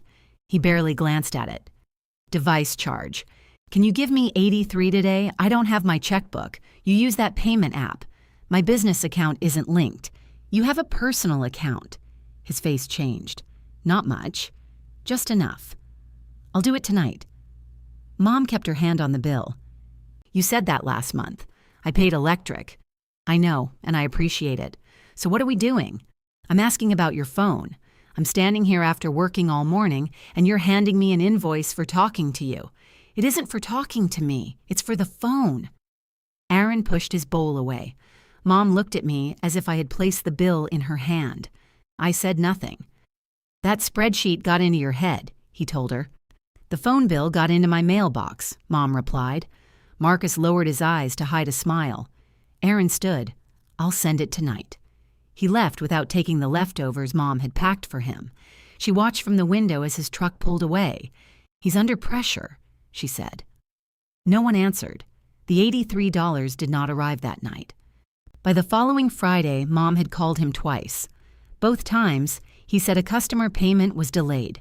She removed his device from the kitchen charger where he kept it when he worked nearby, but she did not remove his line from the account. She moved the bill beneath the ceramic rooster. Her silence about it felt different from her earlier silence, less protective, more embarrassed. Aaron came to my house the next Sunday afternoon. He carried a cardboard box with David Mercer written on the side in Mom's handwriting. Dad's name looked strange in block letters, as if it belonged to someone being shipped. Marcus opened the door and called for me. Aaron set the box on the coffee table. "Mom wanted you to have this." I looked inside. Dad's green thermos, his socket set. 3 flannel shirts folded badly. A stack of road maps he had refused to throw away after buying a GPS. His old wooden shoe brush, darkened at the handle from years of use. I picked up the thermos. The bottom was dented from the time Dad left it on top of his car and drove away. Aaron and I had spent 20 minutes searching the road while Dad insisted stainless steel could not be damaged by a little suburban traffic. "Why now?" I asked. "Mom's clearing the hall closet. The socket set wasn't in the hall closet." Aaron shoved his hands into his jacket pockets. Dad's watch was still on his wrist. He had removed 2 links. It fit now. "Can we talk without Marcus?" he asked. Marcus was standing near the kitchen doorway. I looked at him. He lifted both hands. "I'm going to purchase milk." "We have milk," I said. "We may need more." He put on his coat and left. Aaron waited until the door closed. "You made your point," he said. "I'm not making a point." Mom canceled half her television. She's counting grocery receipts. She asked me for phone money in front of Marcus. It was her phone bill. You know what I mean. "Yes. She expected you to pay what you owe." He paced toward the window. "She's anxious all the time now. She was anxious before. I paid it quietly so you didn't have to see it. I saw plenty. Then why did you let her spend like the money would never stop? Because you never said it would." The sentence was so close to Mom's that I wondered which of them had invented it. "I thought we were a team," he said. "Teams know who is doing what." I did know. Mom didn't. He turned. "I did more for Dad at the end than you know." I stared at him. He nodded toward the box. "There were nights, appointments, stuff he didn't tell you because he knew you'd drop everything. I'm not denying that. You got to be the successful one. He was always proud of you. Every promotion, every certificate, every story about how Carrie could handle anything. I got one thing that said I was dependable, and you couldn't let me have it for one night." The anger went out of me for a second. "I didn't know you thought Dad wasn't proud of you." Aaron laughed. "Of course you didn't." He touched the fitted watch. There it was. Not an excuse. Something worse, because it was real. "I'm sorry," I said. "But you still lied." His face hardened again. "I need you to send the $650 through January. That's it. 3 months, I'll catch up by spring. You just changed January to spring in the same breath. I have seasonal work. Then Mom needs a plan that doesn't depend on your season. She could lose the house over taxes. Not in January, and nobody said anything about losing the house. You know how these things start. Yes, they start when people use tax money for something else. He stepped closer. Just do this one thing. I did it for 18 months. For Mom. No. For both of you. Aaron glanced at the box between us. You can keep Dad's things, I said. They're not payment. That's not why I brought them. Then why did you wait until you needed money? He looked as if I had slapped him. He walked to the door. Something happens to her house, he said. That's on you. I held the dented thermos against my chest. No, I said. It's on the people who keep living off it. He left the box behind. The box stayed on the coffee table after Aaron left. I sat beside it with Dad's thermos in my lap. The metal was cold through my jeans. Marcus returned carrying a gallon of milk and a package of chocolate cookies. You said milk. I panicked under fluorescent lighting. He saw my face and set the bag down. How bad? He asked me to send the money through January. That's 3 transfers. Then he said he'd catch up by spring. That's 6. I noticed. Marcus sat beside me. He picked up Dad's wooden shoe brush, ran his thumb over the worn handle, and put it back. Aaron said Dad wasn't proud of him. Did Dad say that? No, that's not the same as it not being true. Dad had praised me loudly because I made it easy. Good grades, steady jobs, promotions with names he could repeat to people at the hardware store. Aaron's accomplishments came with explanations. The landscaping contract was big, but temporary. The used trailer was a smart deal, except for the axle. A successful month was followed by 2 thin ones. Dad loved him, but love had not prevented him from sighing whenever Aaron said, I have a plan. He also said he did more for Dad at the end than I knew, I said. Marcus waited. I thought I knew everything. You were here almost every weekend. Almost. He picked up the thermos. You're allowed to have missed something. That wasn't how my family worked. If I missed something, someone else had to carry it, which meant I owed them. I called Mom. She answered with, Did he get there? Yes. Good. Did you ask him to bring Dad's things? A pause. I said we should eventually divide them. That wasn't my question. I told him you might like the thermos. Did you tell him to take the socket set and Dad's shirts? What shirts? I closed my eyes. Mom's voice sharpened. He took clothing from the cedar closet? 3 flannels. I wasn't ready to go through those. I'll bring them back. What else did he take? I listed everything. The maps can stay, she said. Your father was the only person who could become emotionally attached to an outdated road. Mom, why did Aaron bring the box? He said he was coming to speak to you. I assumed he wanted to do something kind. He wanted $650 a month. The line went quiet. He shouldn't have mixed those things, she said. So you understand why it felt like a bribe. Your brother is not bribing you with a shoe brush. He was trying to remind me of Dad before asking for money. Maybe he thought you would listen if you remembered he has feelings. I stared at the wall. That's what you took from this. I am tired of both of you calling me to explain what the other one did. You sent him here. I said you might want the thermos. Did Dad take Aaron to appointments without telling me? No. Aaron took Dad. You know what I meant. She exhaled. Sometimes. How many times? I don't know. 6 or 7. Why didn't anyone tell me? Because you would have driven down. Yes, exactly. I stood and walked into the kitchen. Marcus remained with the box, giving me privacy without pretending not to listen. I wanted to be there. You were there plenty. That isn't an answer. Your father didn't want every appointment turned into a family event. Aaron lived nearby. He took him, they got lunch, and they did not discuss feelings for 1 second. It suited both of them. What appointments? Cardiology, blood work. Wants to have that place removed from his shoulder. I remembered calling Dad after the shoulder procedure. He had said Mom drove him. You lied to me. Your father asked me not to make a fuss, so the 2 of you protected me? We protected him from your protecting. The sentence was so familiar in structure that I almost admired it. Someone had a need. The family met it by excluding me and called the exclusion kindness. Aaron did show up, Mom said. Not for money, not for praise. Your father asked, and he came. I believe you. Do you? Yes. It mattered. I hated that it mattered while we were fighting, as though fairness required me to reduce Aaron to his worst behavior. It didn't. He could be the man who took Dad to cardiology and the man who claimed my payments. Both had sat at Mom's birthday table wearing the same face. I'll return the shirts, I said. Bring the socket set, too. It stays with the house. I nearly asked why the watch didn't. I didn't. By Christmas, Mom's porch had 1 string of lights instead of the 6 Dad used to hang. Aaron put them up, then left before dinner because Mom asked again about the phone money. She finally removed his line from her account. He called it spiteful. Mom called me immediately afterward, furious at him, but also at me for making her notice. He says switching plans will cost him more, she said. Probably.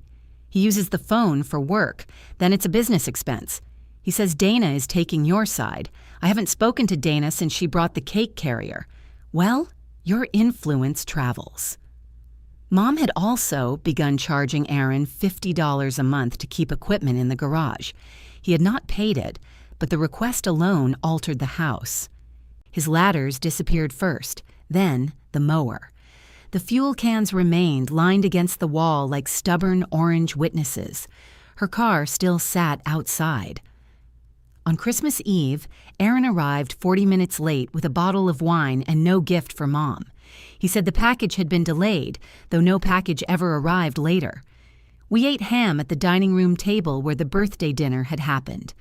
Dad's watch flashed under Aaron's cuff every time he cut his food. Mom had placed me beside him. Halfway through the meal, she asked if he had heard from the baker customer. Aaron put down his fork. Can we not? I just asked. And I said, I'd tell you. You said before Christmas. It is technically still before Christmas. It is Christmas Eve. Exactly. Dana stared at her plate. Marcus drank water. Denise, who had been invited as a buffer, became deeply interested in the ham. Mom said, the taxes are due in January. I know when taxes are due. I'm short $1,900. The amount landed in the center of the table. Aaron looked toward me. I kept cutting my ham. Mom saw the look. I'm speaking to you. I'll have it, he said. You said that about the insurance, and I paid some. You paid $200. That's what I had. Then don't say you'll handle something when you mean you'll contribute whatever is left after your own bills. Aaron leaned back. Where do you think money comes from? I almost choked. Mom's face changed. She heard it too. Dana covered her mouth with her napkin, but I saw the beginning of a smile. Is something funny? Aaron asked. No, Dana said. Nothing at all. He looked around the table and realized we had all heard him quote the lesson he had spent months avoiding. I'm not doing this, he said. Mom pointed at his plate. You will sit through dinner. I'm 41. Then you should have developed the strength. Denise stared at Mom with open admiration. Aaron stayed. The rest of dinner limped along. We discussed weather, a neighbor's new fence, and whether the ham was too salty. It was. Mom denied it. After dessert, Aaron left without helping clear the table. Mom stood at the sink in her red holiday apron, washing a platter that could have gone in the dishwasher. I dried beside her. You enjoyed that, she said. What? Hearing me argue with him. No, you didn't exactly rush to defend him. From what? Paying his own phone bill? She handed me the platter. He feels cornered. He promised you money he doesn't have. You used to defend him. I defended him from people who acted like his work wasn't real. His work is real. So are his choices. Mom rinsed a carving knife. I need $1,900, she said. There it was.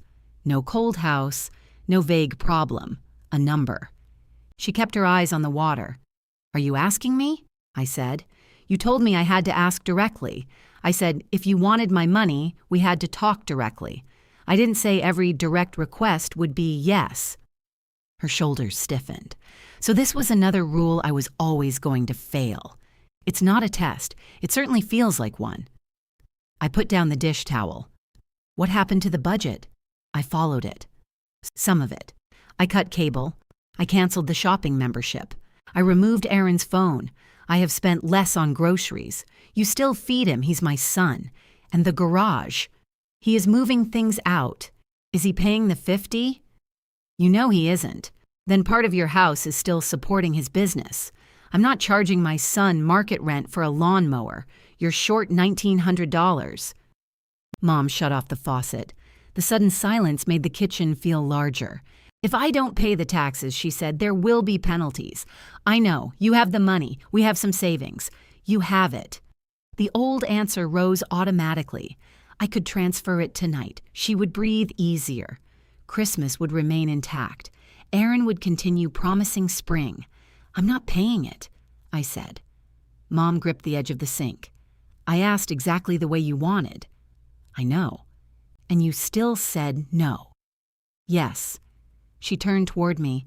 Her face was pale with anger and something closer to fear. What do you expect me to do? Use the house to support you instead of using me to support the house. Her eyes narrowed. What does that mean? It was the first time either of us had opened the door to the answer. It means, I said, we need to talk about whether you can afford to keep living here. Mom stared at me as if I had suggested setting fire to the dining room. Sell my house? I said. Talk about whether you can afford it. You don't start that conversation unless you've already decided the answer. It's not my decision. You stopped paying, waited 3 months, and now you're telling me to leave. I'm not telling you to leave. What do you call selling the place where I live? Moving. She pulled off her apron and dropped it on the counter. This house is paid for. The mortgage is paid. The house still costs money. Every house costs money. Yes, so your solution is what? I rent some little box and give everything I own to strangers. You could buy something smaller. With what? The money from this house. I am not discussing my home like it's a pile of chips to cash in. The dining room had gone quiet behind us. I could see Denise carrying glasses toward the table one at a time, moving slowly enough to hear everything. Marcus stood beside the sideboard with both hands in his pockets. Mom lowered her voice. Your father wanted me protected. So do I. Don't say that while taking away the only place I feel secure. I can't take away a house I don't own. No, you can just make it impossible to keep. Her words struck the exact place she intended. I looked toward the doorway. Dad's chair was still at the head of the table. Mom had not let anyone sit in it since he died. At Thanksgiving, she put the serving dishes there so the emptiness looked functional. I paid for 18 months, I said. The house was unaffordable before I stopped. It was a temporary shortfall. 18 months is not temporary. Aaron's business was recovering. This is your house, not his business. He helps maintain it. He stores equipment here, eats here, uses your car, and doesn't pay his phone bill. You have made your opinion of him very clear. This isn't an opinion. We put the numbers in colored tabs. Her mouth tightened at the reminder. I continued, softer. You could have a place with lower taxes, lower utilities, no yard to manage. You could keep your pension instead of sending it into rooms you don't use. I use every room. The guest room has Dad's exercise bike and 6 boxes of Christmas decorations. I use Christmas decorations. You put up 1 string this year because everyone has made decorating so joyful. I looked down at the dish towel in my hands. Mom's anger thinned enough for fear to show through. I know where everything is here, she said. I know which stair creaks. I know the furnace makes that sound before it comes on. I know how the light comes through the bedroom in the morning. Your father planted the maple outside the den. I know. You don't know. You visit. That was the same argument Aaron used, and maybe there was truth in it. Proximity counted. Repetition counted. A house became part of a marriage by witnessing it long enough. I'm not telling you to list it tomorrow, I said. I'm not listing it ever. Then we need another real plan. We had one until you withdrew the money. I put the towel on the counter. No, Mom, you had me. She turned back to the sink. The conversation was over because she had decided to face the window. Marcus and I left 10 minutes later. Mom stayed in the kitchen. Denise hugged me near the front door, then whispered, "She'll calm down. She shouldn't have to calm down. She should have to think. That usually takes your mother longer." On the drive home, Marcus kept the radio off. "I was too harsh," I said. "You were direct. That's your polite word for harsh." "No, my polite word for harsh is direct and tired." I watched dark houses pass outside the window, windows lit in red and gold, wreaths glowing on doors. She thinks I'm using the taxes to force her out. "Are you?" I turned toward him. He kept his eyes on the road. "I'm asking because she asked you for money directly, which is what you said you wanted. You still said no. Directness was a condition. It wasn't a guarantee." "I understand that. Do you?" "Yes. I also think a part of you needed her to hear no." The car filled with road noise. "I heard it for years," I said. "I know, so maybe I did." He reached over and rested his hand on my knee. "That doesn't make the house affordable," he said. Mom did not call on Christmas morning. At 11, she sent a message to the family group. "Thank you all for a memorable holiday." Denise replied with 3 heart emojis. Dana wrote, "Merry Christmas, Evelyn." Aaron did not respond. I typed "Merry Christmas, Mom," then deleted it because it looked cold. I typed "Love you," then deleted that because it looked guilty. I finally called. She let it ring 4 times. "Merry Christmas," I said when she answered. "Merry Christmas. Did you sleep?" "Some." "Did you open the gift from us?" "I'm saving it." "For what?" "A less memorable day." I smiled despite myself. It's a robe, not an emotional experience. I suspected from the shape. We spoke for 6 minutes about nothing. The weather, the ham, whether Denise had taken the wrong serving spoon. Neither of us mentioned the house. Before hanging up, Mom said, "I'm not selling." "I heard you. I need you to understand. I understand that's what you want. That's not the same." "No." She waited for me to close the distance. I didn't. 3 days later, Aunt Denise called to tell me Mom had paid the taxes. "How?" I asked. "I'm not supposed to tell you. Then why are you calling?"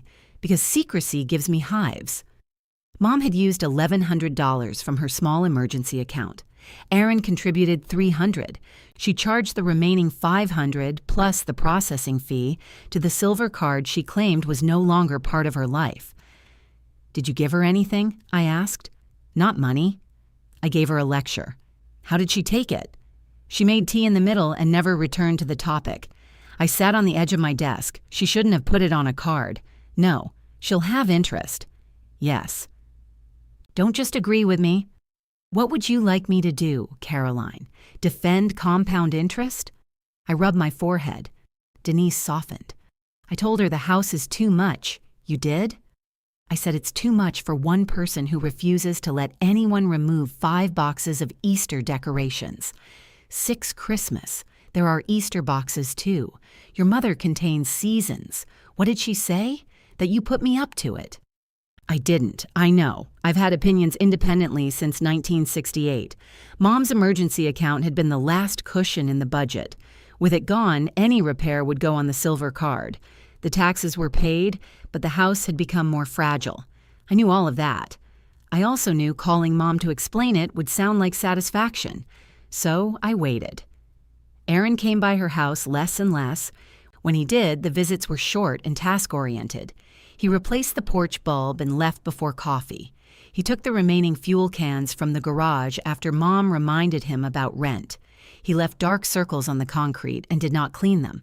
The mower remained. Mom began parking her car in the garage anyway, angled around it. One icy morning, she scraped the passenger side against the mower handle. The damage was small, a white line along the door, but she called Aaron furious. "He told me I should have watched where I was going," she said. "You should have. I did not call for objectivity." "What did you want?" "I want him to move the mower." "Tell him." "I did." "What did he say?" "That he'll get it this week." "Good. He said that last week. I said nothing. Mom sighed. You enjoy silence too much now.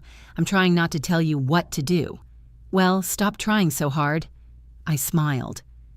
2 days later, Mom called again. Aaron had taken the mower along with the last of his equipment. He had also removed a metal shelving unit Dad built for the garage because Aaron claimed Dad had given it to him. Did he? I don't remember. Do you need it? That is not the point. What is the point? He took it while I was at my hair appointment. Did you ask him to clear out the garage? Yes, but not like a thief in the night. He came at 2 in the afternoon. You know what I mean. I did. She wanted him to take responsibility without looking as if he had been asked. She wanted gratitude without negotiation, closeness without cost, and change without evidence that anything had been wrong. Aaron wanted the same thing. The difference was Mom had begun to notice. In January, the silver card statement arrived. Mom paid the minimum. She also received the new property assessment and called me to complain about the tax increase expected the following year. It wasn't enormous, but she read the amount as betrayal. The county thinks I'm wealthier because the neighborhood got expensive, she said. Meanwhile, I'm eating generic crackers. I bought you the good crackers. They're gone. Did Aaron eat them? He had some. All of them? He likes crackers. I laughed, and to my surprise, she did too. The laugh ended quickly. I can't do another year like this, she said. It was the first honest sentence she had offered about the house. I did not rush into the opening. What does that mean? I asked. It means I'm tired of every envelope frightening me. We can look at options. I know what your option is. It's one option. You only have one folder for it. I can make more folders. She snorted. Then she said, There's a condominium development near the pharmacy. I sat up straighter. I know the one. Denise says the fees include exterior maintenance. They do? The kitchens are probably terrible. Probably. And I will not live anywhere that calls beige a design feature. Reasonable. This does not mean I am selling. I didn't say it did. I'm only gathering information. Okay. She went quiet for so long I checked the screen to make sure the call had not dropped. Could you come with me? She asked. The question was almost casual, but her voice wasn't. When? Saturday. I looked at my calendar even though I already knew the answer. Yes, I said, I can come Saturday. Mom was waiting in the driveway when I arrived Saturday. She wore navy slacks, loafers, and the good wool coat she normally saved for funerals and restaurants where the waiter put the napkin in your lap. Her purse hung from one shoulder, and she held a travel mug in both hands. You look prepared, I said. I'm cold. You could have waited inside. I didn't want you coming in and starting an inspection. I don't conduct surprise inspections. You looked in my garage through a window. The garage door was open, a technical defense, very reassuring. She got into my car and adjusted the heat vent directly toward her face. I had expected tension. Instead, Mom spent the first 10 minutes criticizing my dashboard. What does that orange light mean? Tire pressure. You just bought tires. Tires still contain air. That man should have included air. It's 20 degrees outside. The pressure drops. Your father checked tire pressure every Sunday. Dad also stored old oil in coffee cans. He labeled them. That made the kitchen smell much safer. The condominium development sat behind a pharmacy and a strip mall with a dry cleaner, a sandwich shop, and a tax preparation office. Mom looked at the sign near the entrance. Willow Glen, she read. There are no willows. There's one by the retention pond. That's a stick. We were meeting a sales agent named Beverly who wore a purple blazer and had the energetic sympathy of someone who spent her days showing people smaller versions of their lives. You must be Evelyn, she said. I must be. And you're the daughter? Caroline, wonderful. Let's take a look. Mom gave me a sideways glance. We'll decide if it's wonderful. The first unit smelled faintly of cinnamon spray. It had 2 bedrooms, 2 bathrooms, and an open kitchen with cream cabinets. Beige, Mom whispered. Cream, Beverly corrected from 6 feet away. I'm sure the paint company worked hard on the distinction. The living room was smaller than Mom's dining room and den combined, but sunlight came through two tall windows. There was a gas fireplace set into a plain white wall. "Where would a television go?" Mom asked. "Over the fireplace. I don't like televisions over fireplaces. Heat rises." Beverly smiled. "It's designed for that. Heat doesn't care about design." I walked to the windows. The unit faced a line of bare trees, rather than the parking area. Beyond them, I could see the roof of the pharmacy. "You could walk to pick up prescriptions," I said. "I'm not walking behind a pharmacy alone at night. Then go during the day. I may need pills after sunset. You have a car. What if the tire pressure drops?" Beverly laughed politely. I laughed for real. The kitchen had less counter space than Mom's, but the cabinets reached the ceiling. She opened every one. She pulled out the trash drawer, tested the faucet, and inspected beneath the sink. "No swelling," I said. She shot me a look. The primary bedroom fit a queen bed, 2 nightstands, and not much else. "Your father's dresser wouldn't fit," Mom said. "No, he loved that dresser. Dad loved keeping receipts from 1987 in that dresser. He knew where they were. What would he have needed them for?" That was not the point. She opened the closet and stepped inside. Beverly began explaining the community fees to me in a low voice. Exterior maintenance, snow removal, landscaping, roof reserve. The monthly amount was not small, but once we compared it with Mom's property taxes, lawn expenses, insurance, and average repairs, the condo was still cheaper and much more predictable. Mom emerged from the closet. "What are you whispering about?" "Fees," I said. "Nothing romantic, then." Beverly handed her a printed sheet. Mom read every line. "What does limited exterior mean? You can have planters on the patio, but no permanent alterations. What about Christmas lights? Inside the windows is fine. I don't decorate inside windows. We can ask the association." Mom looked at me. "Already there's an association. You asked me to come. I didn't ask you to approve." "I haven't. You have approval eyebrows. I don't know what those are. You got them from your father." The second unit had blue walls and a smaller kitchen, but a patio facing the retention pond. The alleged willow stood at the edge of the water, thin but alive. Mom walked to the glass door and looked out. A pair of ducks moved across the pond, leaving dark lines in the reflected sky. "Your father hated ducks," she said. "He hated the ducks at the park because they chased him. They sensed weakness. He was carrying bread. He blamed the ducks." She put one hand against the glass. Behind us, Beverly talked about new flooring and flexible closing dates. Mom wasn't listening. "There's no dining room," she said. "The table could go there," I said, pointing to a space between the kitchen and living room. "My table wouldn't fit. No." So Christmas would be, what, 6 people balanced on stools? We'd figure it out. You say that because you host nothing. We have hosted. Ordering pizza during a power outage is not hosting. Marcus put it on plates. She smiled faintly. We stood there long enough for Beverly to move into the kitchen and pretend to examine a brochure. "What would happen to Dad's chair?" Mom asked. It was not really about the chair. We could measure it. It would swallow that room, probably. And the dining table. Denise might want it. She has a table. Dana? Aaron and Dana don't have room. Then we sell it. Mom's hand dropped from the glass. "You say that so easily. I'm trying to answer." "I know." She turned toward me.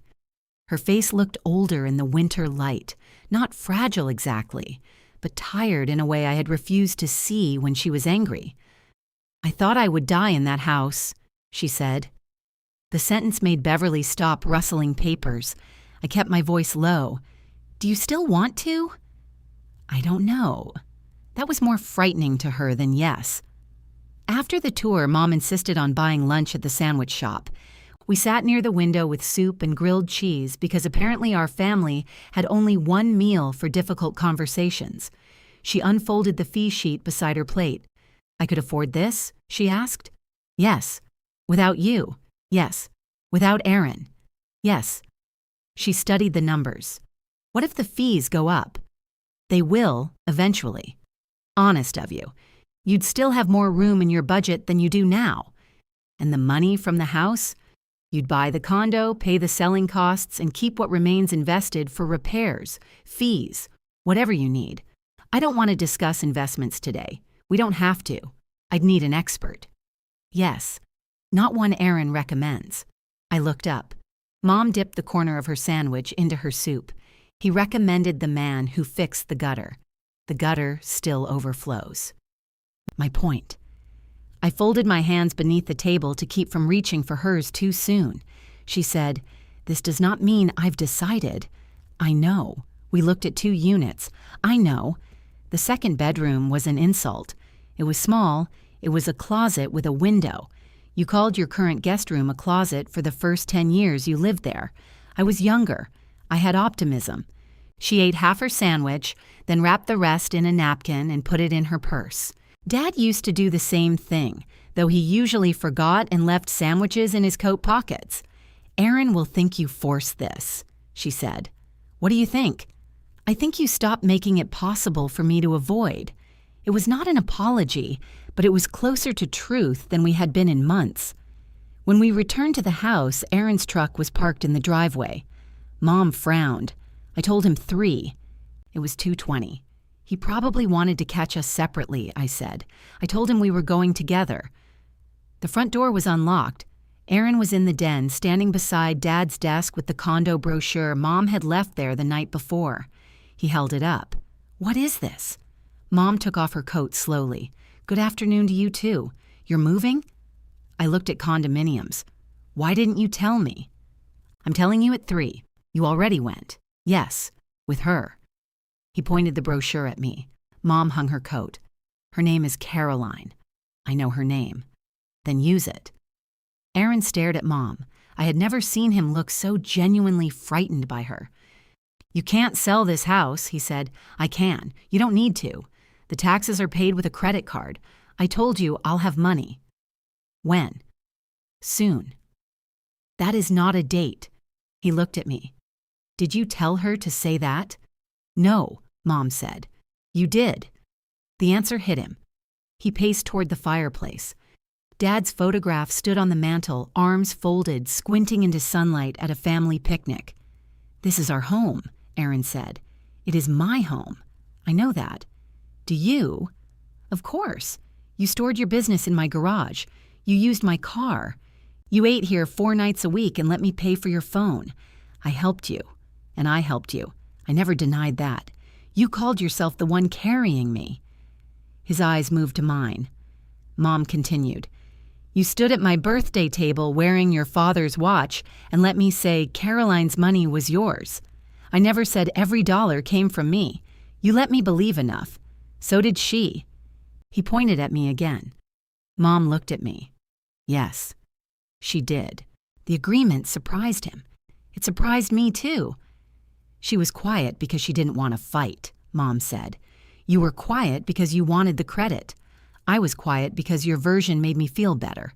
There's enough blame to feed everybody." Aaron's face flushed. Mom took the brochure from his hand. "The condo has no garage," she said. "What does that have to do with anything? You seemed more upset after I charged you rent. That wasn't rent. It was punishment. It was $50 for storing equipment in a space nobody was using. My car was outside. You preferred it outside. No, I preferred not making you feel unwelcome." He looked at her as if she had changed languages. "I don't want your house," he said. "I didn't say you did. You're acting like I used you. You did. You also helped me. Both are true." Those words had become the most dangerous thing in our family. Both are true. Aaron could not turn himself into a victim or a hero if Mom insisted on holding both. He sat in Dad's chair. Mom's whole body stiffened. "Get out of that chair." He stood immediately. The obedience made the moment worse. Aaron walked to the window. "Where are we supposed to have holidays?"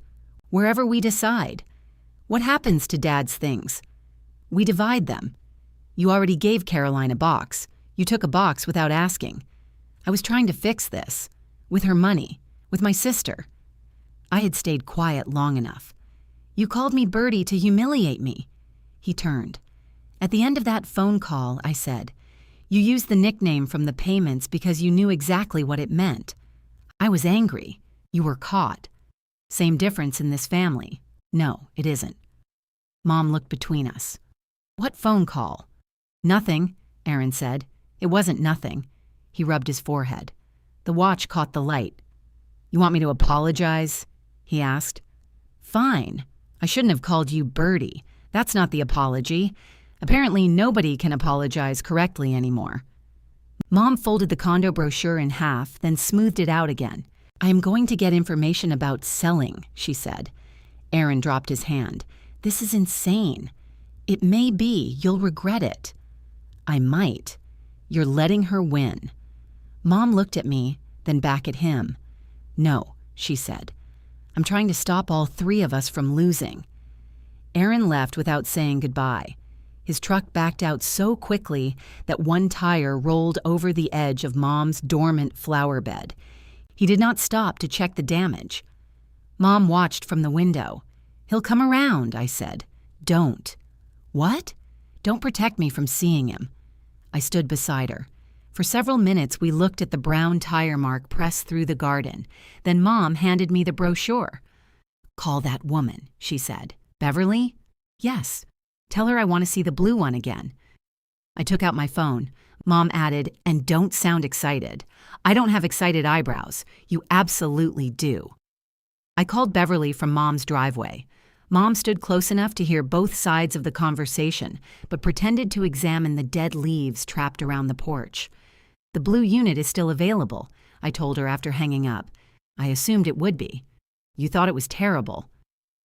I said the second bedroom was an insult. People tolerate insults every day. We saw it again the following afternoon.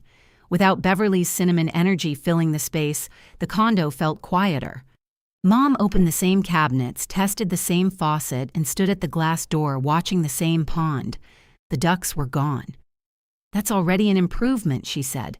She did not fall in love with the place. Mom was not the kind of woman who fell in love with square footage.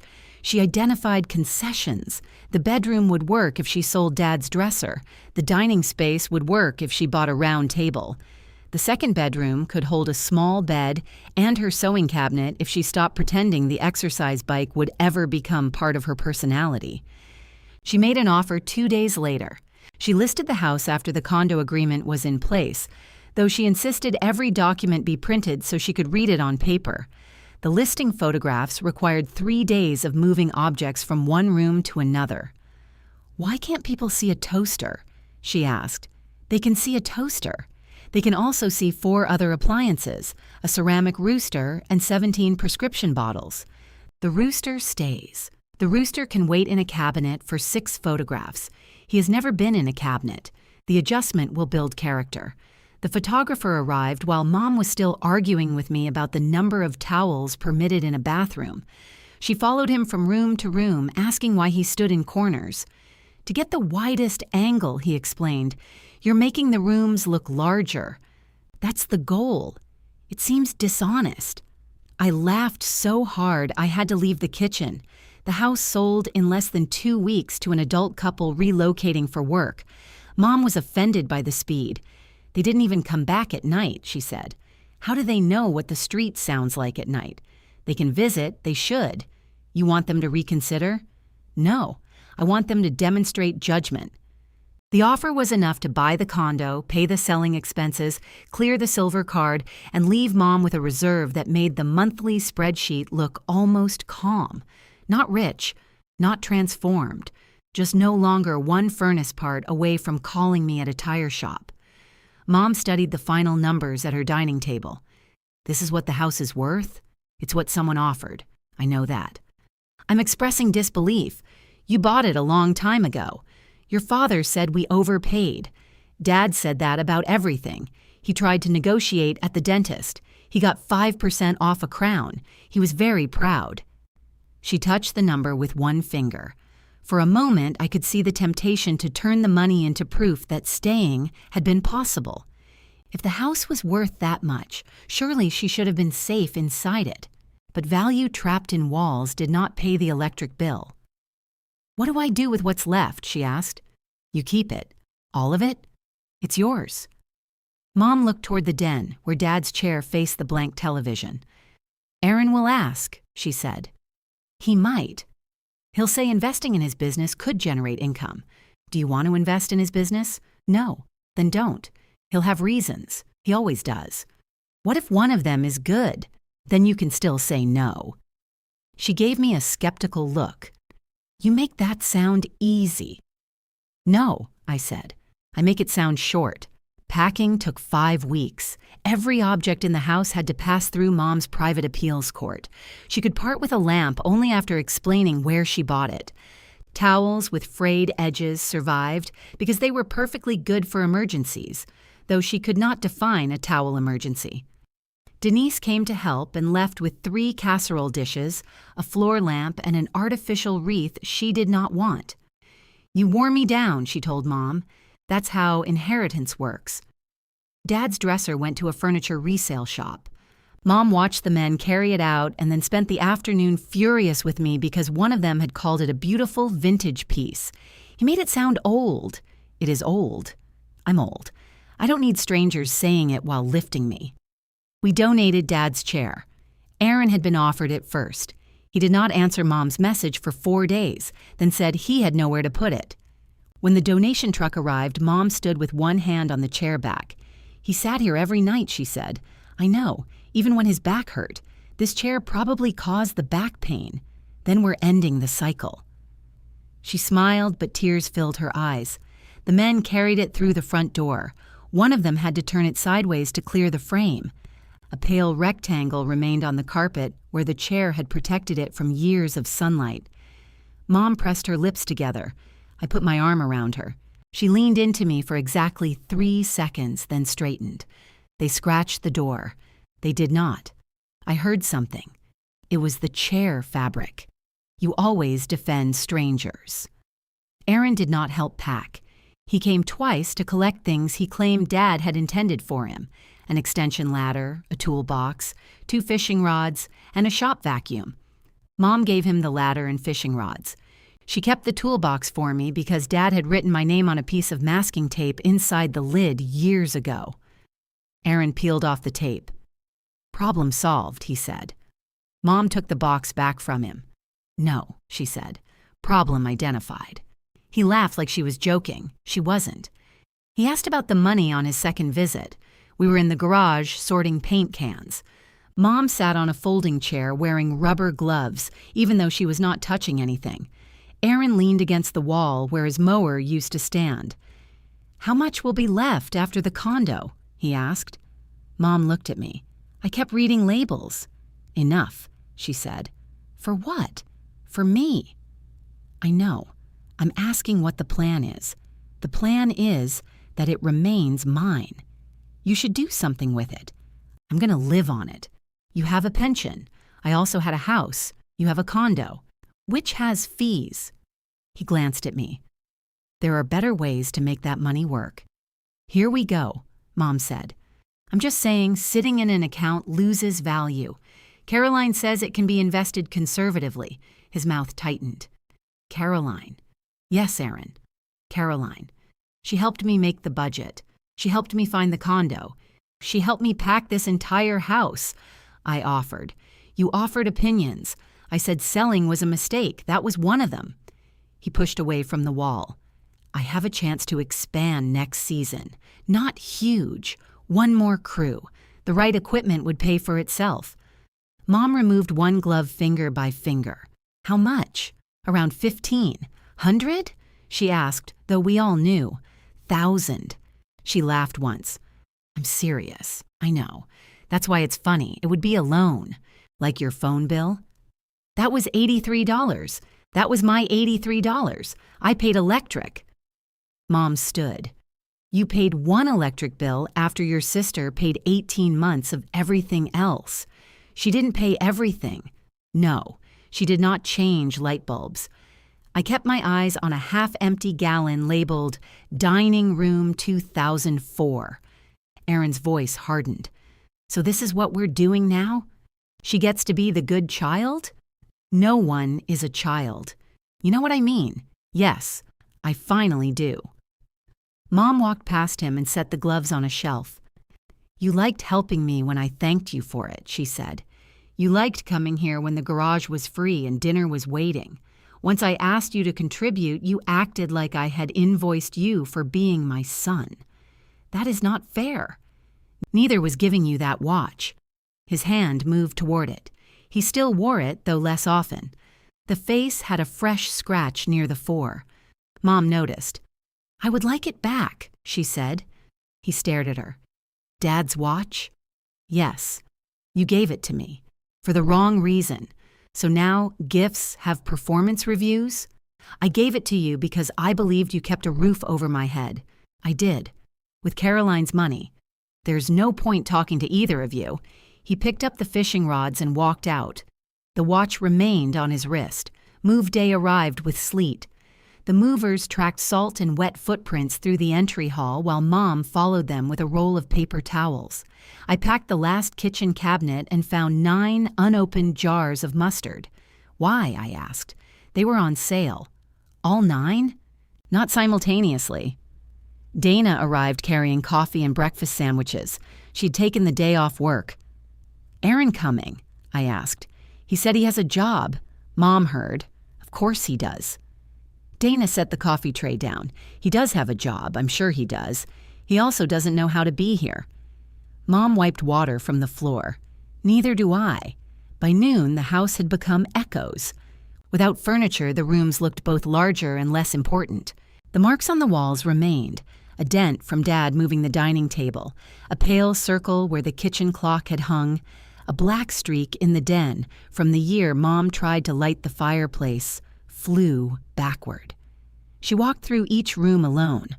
I waited by the front door with her coat. When she came back, her eyes were red, but she said only, "The buyers should replace the upstairs toilet." It runs. We disclosed that. I'm telling you as a citizen. Aaron arrived as the movers were closing the truck. He stepped inside carrying the velvet watch box. Mom stopped in the hallway.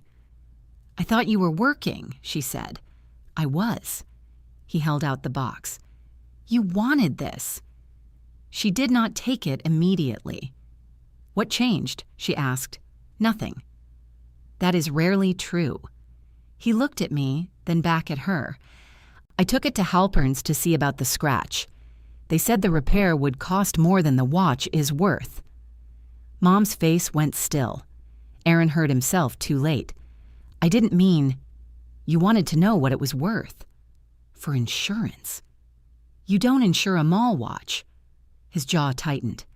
Dad wore it. Yes. That's why it matters. Then why did the repair estimate matter? He pushed the box toward her. Do you want it or not? Mom took it. Aaron looked past us into the empty house. So that's it. That's it, Mom said. All this because Caroline got mad at dinner. No, you can tell yourself that. Mom closed her hand around the blue box. I sold because I could not afford to keep pretending, she said. Not about the bills, not about you, not about me. Aaron flinched. You don't have to make me the villain. I don't. You did good things here. He looked at her. You helped your father, she said. You helped me. You also accepted praise you knew belonged to your sister, and when the money stopped, so did most of your help. That's not true. You missed move day. I'm here. The truck is loaded. Sleet tapped against the open screen door. Aaron looked toward Dana. She held his gaze but did not rescue him. What do you want from me? He asked. Mom's voice softened. I wanted you to be here before there was nothing left to carry. He turned and walked out. Dana waited a moment, then followed. Mom stood in the empty hall holding Dad's watch. I helped her into her coat. At the condo, boxes covered the blue living room. The movers had placed the sofa facing the pond, though it was too dark to see the water. Mom's ceramic rooster stood on the kitchen counter beside 3 rolls of paper towels and a lamp with no shade. She looked around. I hate it, she said. I know. Where's the coffee pot? In one of the boxes marked kitchen. There are 11 boxes marked kitchen. You owned 9 mustards. I'm going back to the house. You gave them the keys." She sat on the sofa and stared at the unfamiliar walls. I sat beside her. After a while, she placed the velvet box on the coffee table between us. Neither of us opened it. Mom reached for the velvet box once, then pulled her hand back. "I need coffee before I deal with dead men and their jewelry," she said. We opened 6 kitchen boxes before finding the coffee pot.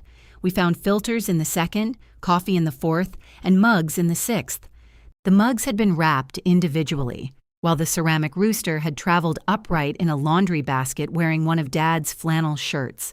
"He looks traumatized," I said. "He's adapting." "Better than you?" "Currently." I set the coffee pot on the counter. The outlet was too far from where Mom wanted it, which became evidence that the entire condo had been designed by people who hated breakfast. Marcus arrived with pizza, extension cords, and a lampshade that did not fit any lamp we owned. "It looked useful," he said. Mom hugged him longer than she hugged me. "Thank you for coming," she said. "I heard there was an electrical emergency. There is an outlet emergency." He examined the counter and moved the coffee pot 6 inches. Mom frowned. "Fixed," he said. "You're as bad as your wife." "That's why it works." We ate pizza from paper plates on Mom's sofa. The blue walls looked darker after sunset. Every sound belonged to the building rather than the weather. A door shutting down the hall, water moving through pipes, footsteps overhead. Mom listened to all of it. "Someone is walking above my bedroom," she said. "That's usually where upstairs neighbors walk. What if they do it all night? Then tomorrow we buy earplugs. I sold my home for earplugs." Marcus opened his mouth. I touched his arm. Mom saw. "I know," she said. "I'm being difficult." "You moved today?" I said. "You're allowed." "How long?" 48 hours. Generous. Marcus assembled the bed frame while Mom and I unpacked clothes. Dad's shirts went into a plastic storage bin beneath her bed. She kept one flannel out, the red one with the missing cuff button, and hung it in the closet beside her robe. The 2nd bedroom barely fit an air mattress. I stayed anyway. Mom insisted she did not need me, then stood in the doorway while I made the bed. "You'll freeze," she said. "It's 72 degrees. The floor is cold. The mattress is 6 inches thick. Cold rises. That's heat. This place may work differently." She gave me an extra blanket. I woke around 2 and found her in the kitchen wearing Dad's flannel over her nightgown. The velvet box was open on the counter. The watch lay beside it. Under the bright kitchen light, it looked ordinary.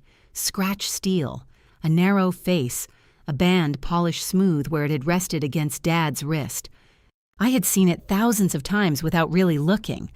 Mom was turning it over in her hands. "Couldn't sleep?" I asked. "The upstairs woman has heels. At 2 in the morning? Perhaps she's a dancer. Perhaps it's the pipes. Pipes don't wear shoes." I filled a glass with water. Mom pressed the watch clasp. Aaron had links removed. I noticed. "Your father was very proud of his wrists. He was proud of his forearms. He thought they made him look strong. He opened pickle jars for attention. He did." She smiled down at the watch. "I was wrong to give this to Aaron," she said. I waited. "Not because Aaron did nothing," she added. "I know. He took your father to appointments. He came when I called. Sometimes I called because I was lonely and invented a job before he arrived. I figured. He knew too. He'd make a great show of fixing something that was not particularly broken. The television? It had subtitles. You told me it was stuck on a Spanish channel. That happened another time." I leaned against the counter. Mom placed the watch in the box but left it open. I thought if I gave him this, he would believe his father saw him the way he wanted to be seen. Dependable. Yes, Dad did depend on him. I know. But Aaron never believed it for long. And the watch was supposed to fix that. I suppose. It couldn't. No. The refrigerator clicked on. Mom looked toward it suspiciously, then accepted the sound. "You were easier," she said. The words were quiet. "Easier to depend on?" I asked. "Easier to disappoint?" I looked at her. She kept her eyes on the box. "You would still answer the phone," she said. "You would still come. You might be angry, but you'd organize the anger and bring folders. That sounds terrible. It does when I say it out loud. You should hear yourself from over here. She nodded. I saw Bertie on the deposits, she said. There it was, finally without an argument wrapped around it. I know. No. I need to say this correctly. I set down my glass. The first time I saw it, I knew the money was yours, she said. Aaron told me you two were settling expenses, and I let that be enough. Then there were more deposits. Furnace, electric, insurance, your little notes. Don't argue. I argued anyway. You always do. I knew you were carrying more than he said. Maybe I did not know the exact total, but I knew enough. At dinner, when I talked about Aaron paying, I looked at you. I remember. I was hoping you would let me finish. You mean, let you lie? Yes. The answer took the air out of me. Mom rubbed the edge of the watch box with her thumb. I wanted the version where my son saved me, she said. He needed it. I needed it too. And I told myself you didn't because you had Marcus, and work, and confidence, and all the things I had praised you for having. I needed my mother not to erase me. I know. You didn't just forget to thank me. I know. You rewarded him with something that mattered to both of us. I know. Her eyes filled, but she did not look away. I chose the story that made Aaron feel like a good son, and me feel like a good mother, she said. You were the cost, and I called you strong so I wouldn't have to admit it. The apology I had imagined months earlier would have made me cry immediately. This one landed more slowly. It hurt on the way in. I helped build it, I said. Mom frowned. No, yes, not the birthday lie, but the rest. You were trying to help. I was also trying to avoid you being upset with me. I kept sending money because it was easier than asking why Aaron hadn't. I didn't tell Marcus the total because I wanted to keep being the person who could handle it. Then I blamed everybody for treating me like that person. You were not responsible for what Aaron said. No, but I was responsible for what I kept agreeing to. Mom considered that. I liked your quiet help, she said. I liked being necessary. Did you? More than I liked admitting I was angry. We stood in the unfamiliar kitchen at 2 a.m, finally refusing to make either of us innocent. Mom closed the watch box and pushed it toward me. I want you to have it. I did not touch it. Mom, it should have been yours. That's the same mistake in the other direction. It isn't. It is if the watch still means one child won. No one won. Then keep it. She looked hurt. I'm not refusing Dad, I said. I'm refusing repayment. It isn't payment. It feels like it tonight. Her hand remained on the box. Keep it until you can give it to somebody without using it to settle a debt, I said. Maybe that's me someday. Maybe it's Aaron. Maybe it stays in a drawer. But I don't want to walk out wearing proof that you changed sides. I didn't change sides. I know. Mom pulled the box back. The movement looked like rejection for half a second. Then she put it in the kitchen drawer beneath a stack of dish towels. Terrible place for a watch, she said. You have limited storage. This condo is an insult. We went back to bed. The upstairs footsteps were pipes. Mom learned that 3 days later when she met the woman above her who worked overnight at a hospital and wore foam slippers at home. Mom apologized for privately accusing her of tap dancing. The woman laughed and brought her a houseplant. The condo did not become home all at once. For the first month, Mom called the house and the condo this place. She complained about the association's rules, then joined a committee because no one was applying the planter policy consistently. She learned the ducks returned in the afternoon. She bought a round table and admitted it made the kitchen look larger. Her first electric bill was $93. She called me while opening it. 93, she said. That's good. I know. I'm telling you, not asking you to pay it. I know. I wanted the distinction recorded. Do you need help setting up the payment? Yes. Do you want automatic or one time? Automatic, but I want to see exactly where the money goes. We set it up together. Mom read the confirmation number aloud and wrote it on the paper bill. "What should I put in the memo?" she asked. "It's your payment." "So, put whatever you want." She typed, "Evelyn's Electric. Paid by Evelyn."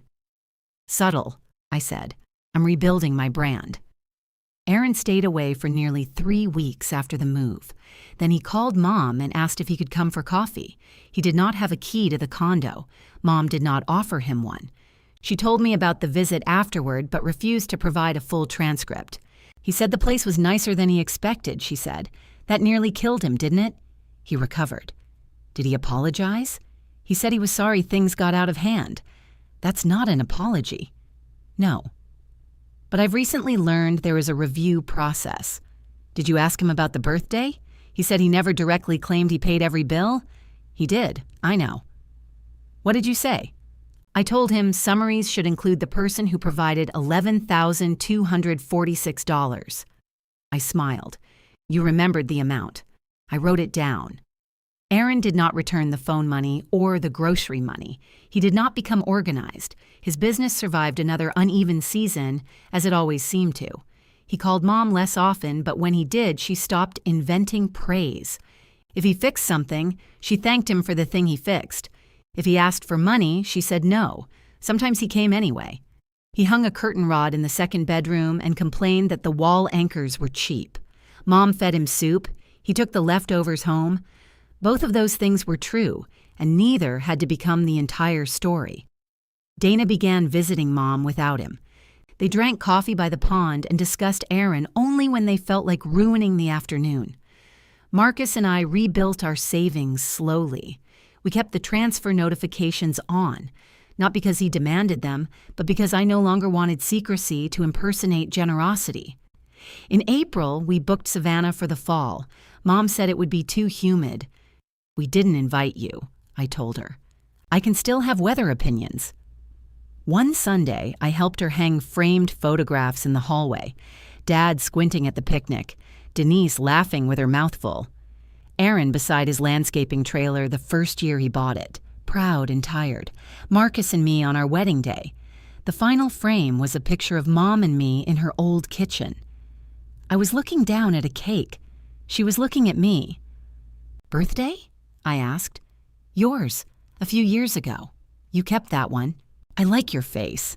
I'm not even looking at the camera. That's why." I tapped the nail into the wall while Mom stood behind me giving instructions about height. "A little left," she said. "It's centered." "Birdie." My hand stopped. The nickname hung there without a memo, a bill or Aaron's voice attached to it. Mom heard the pause. "Is that all right?" she asked. I looked back at her. She did not assume. "That was new." "Yes," I said. I straightened the frame a fraction to the left. "Thank you, Bertie," she said. "You're welcome, Mom."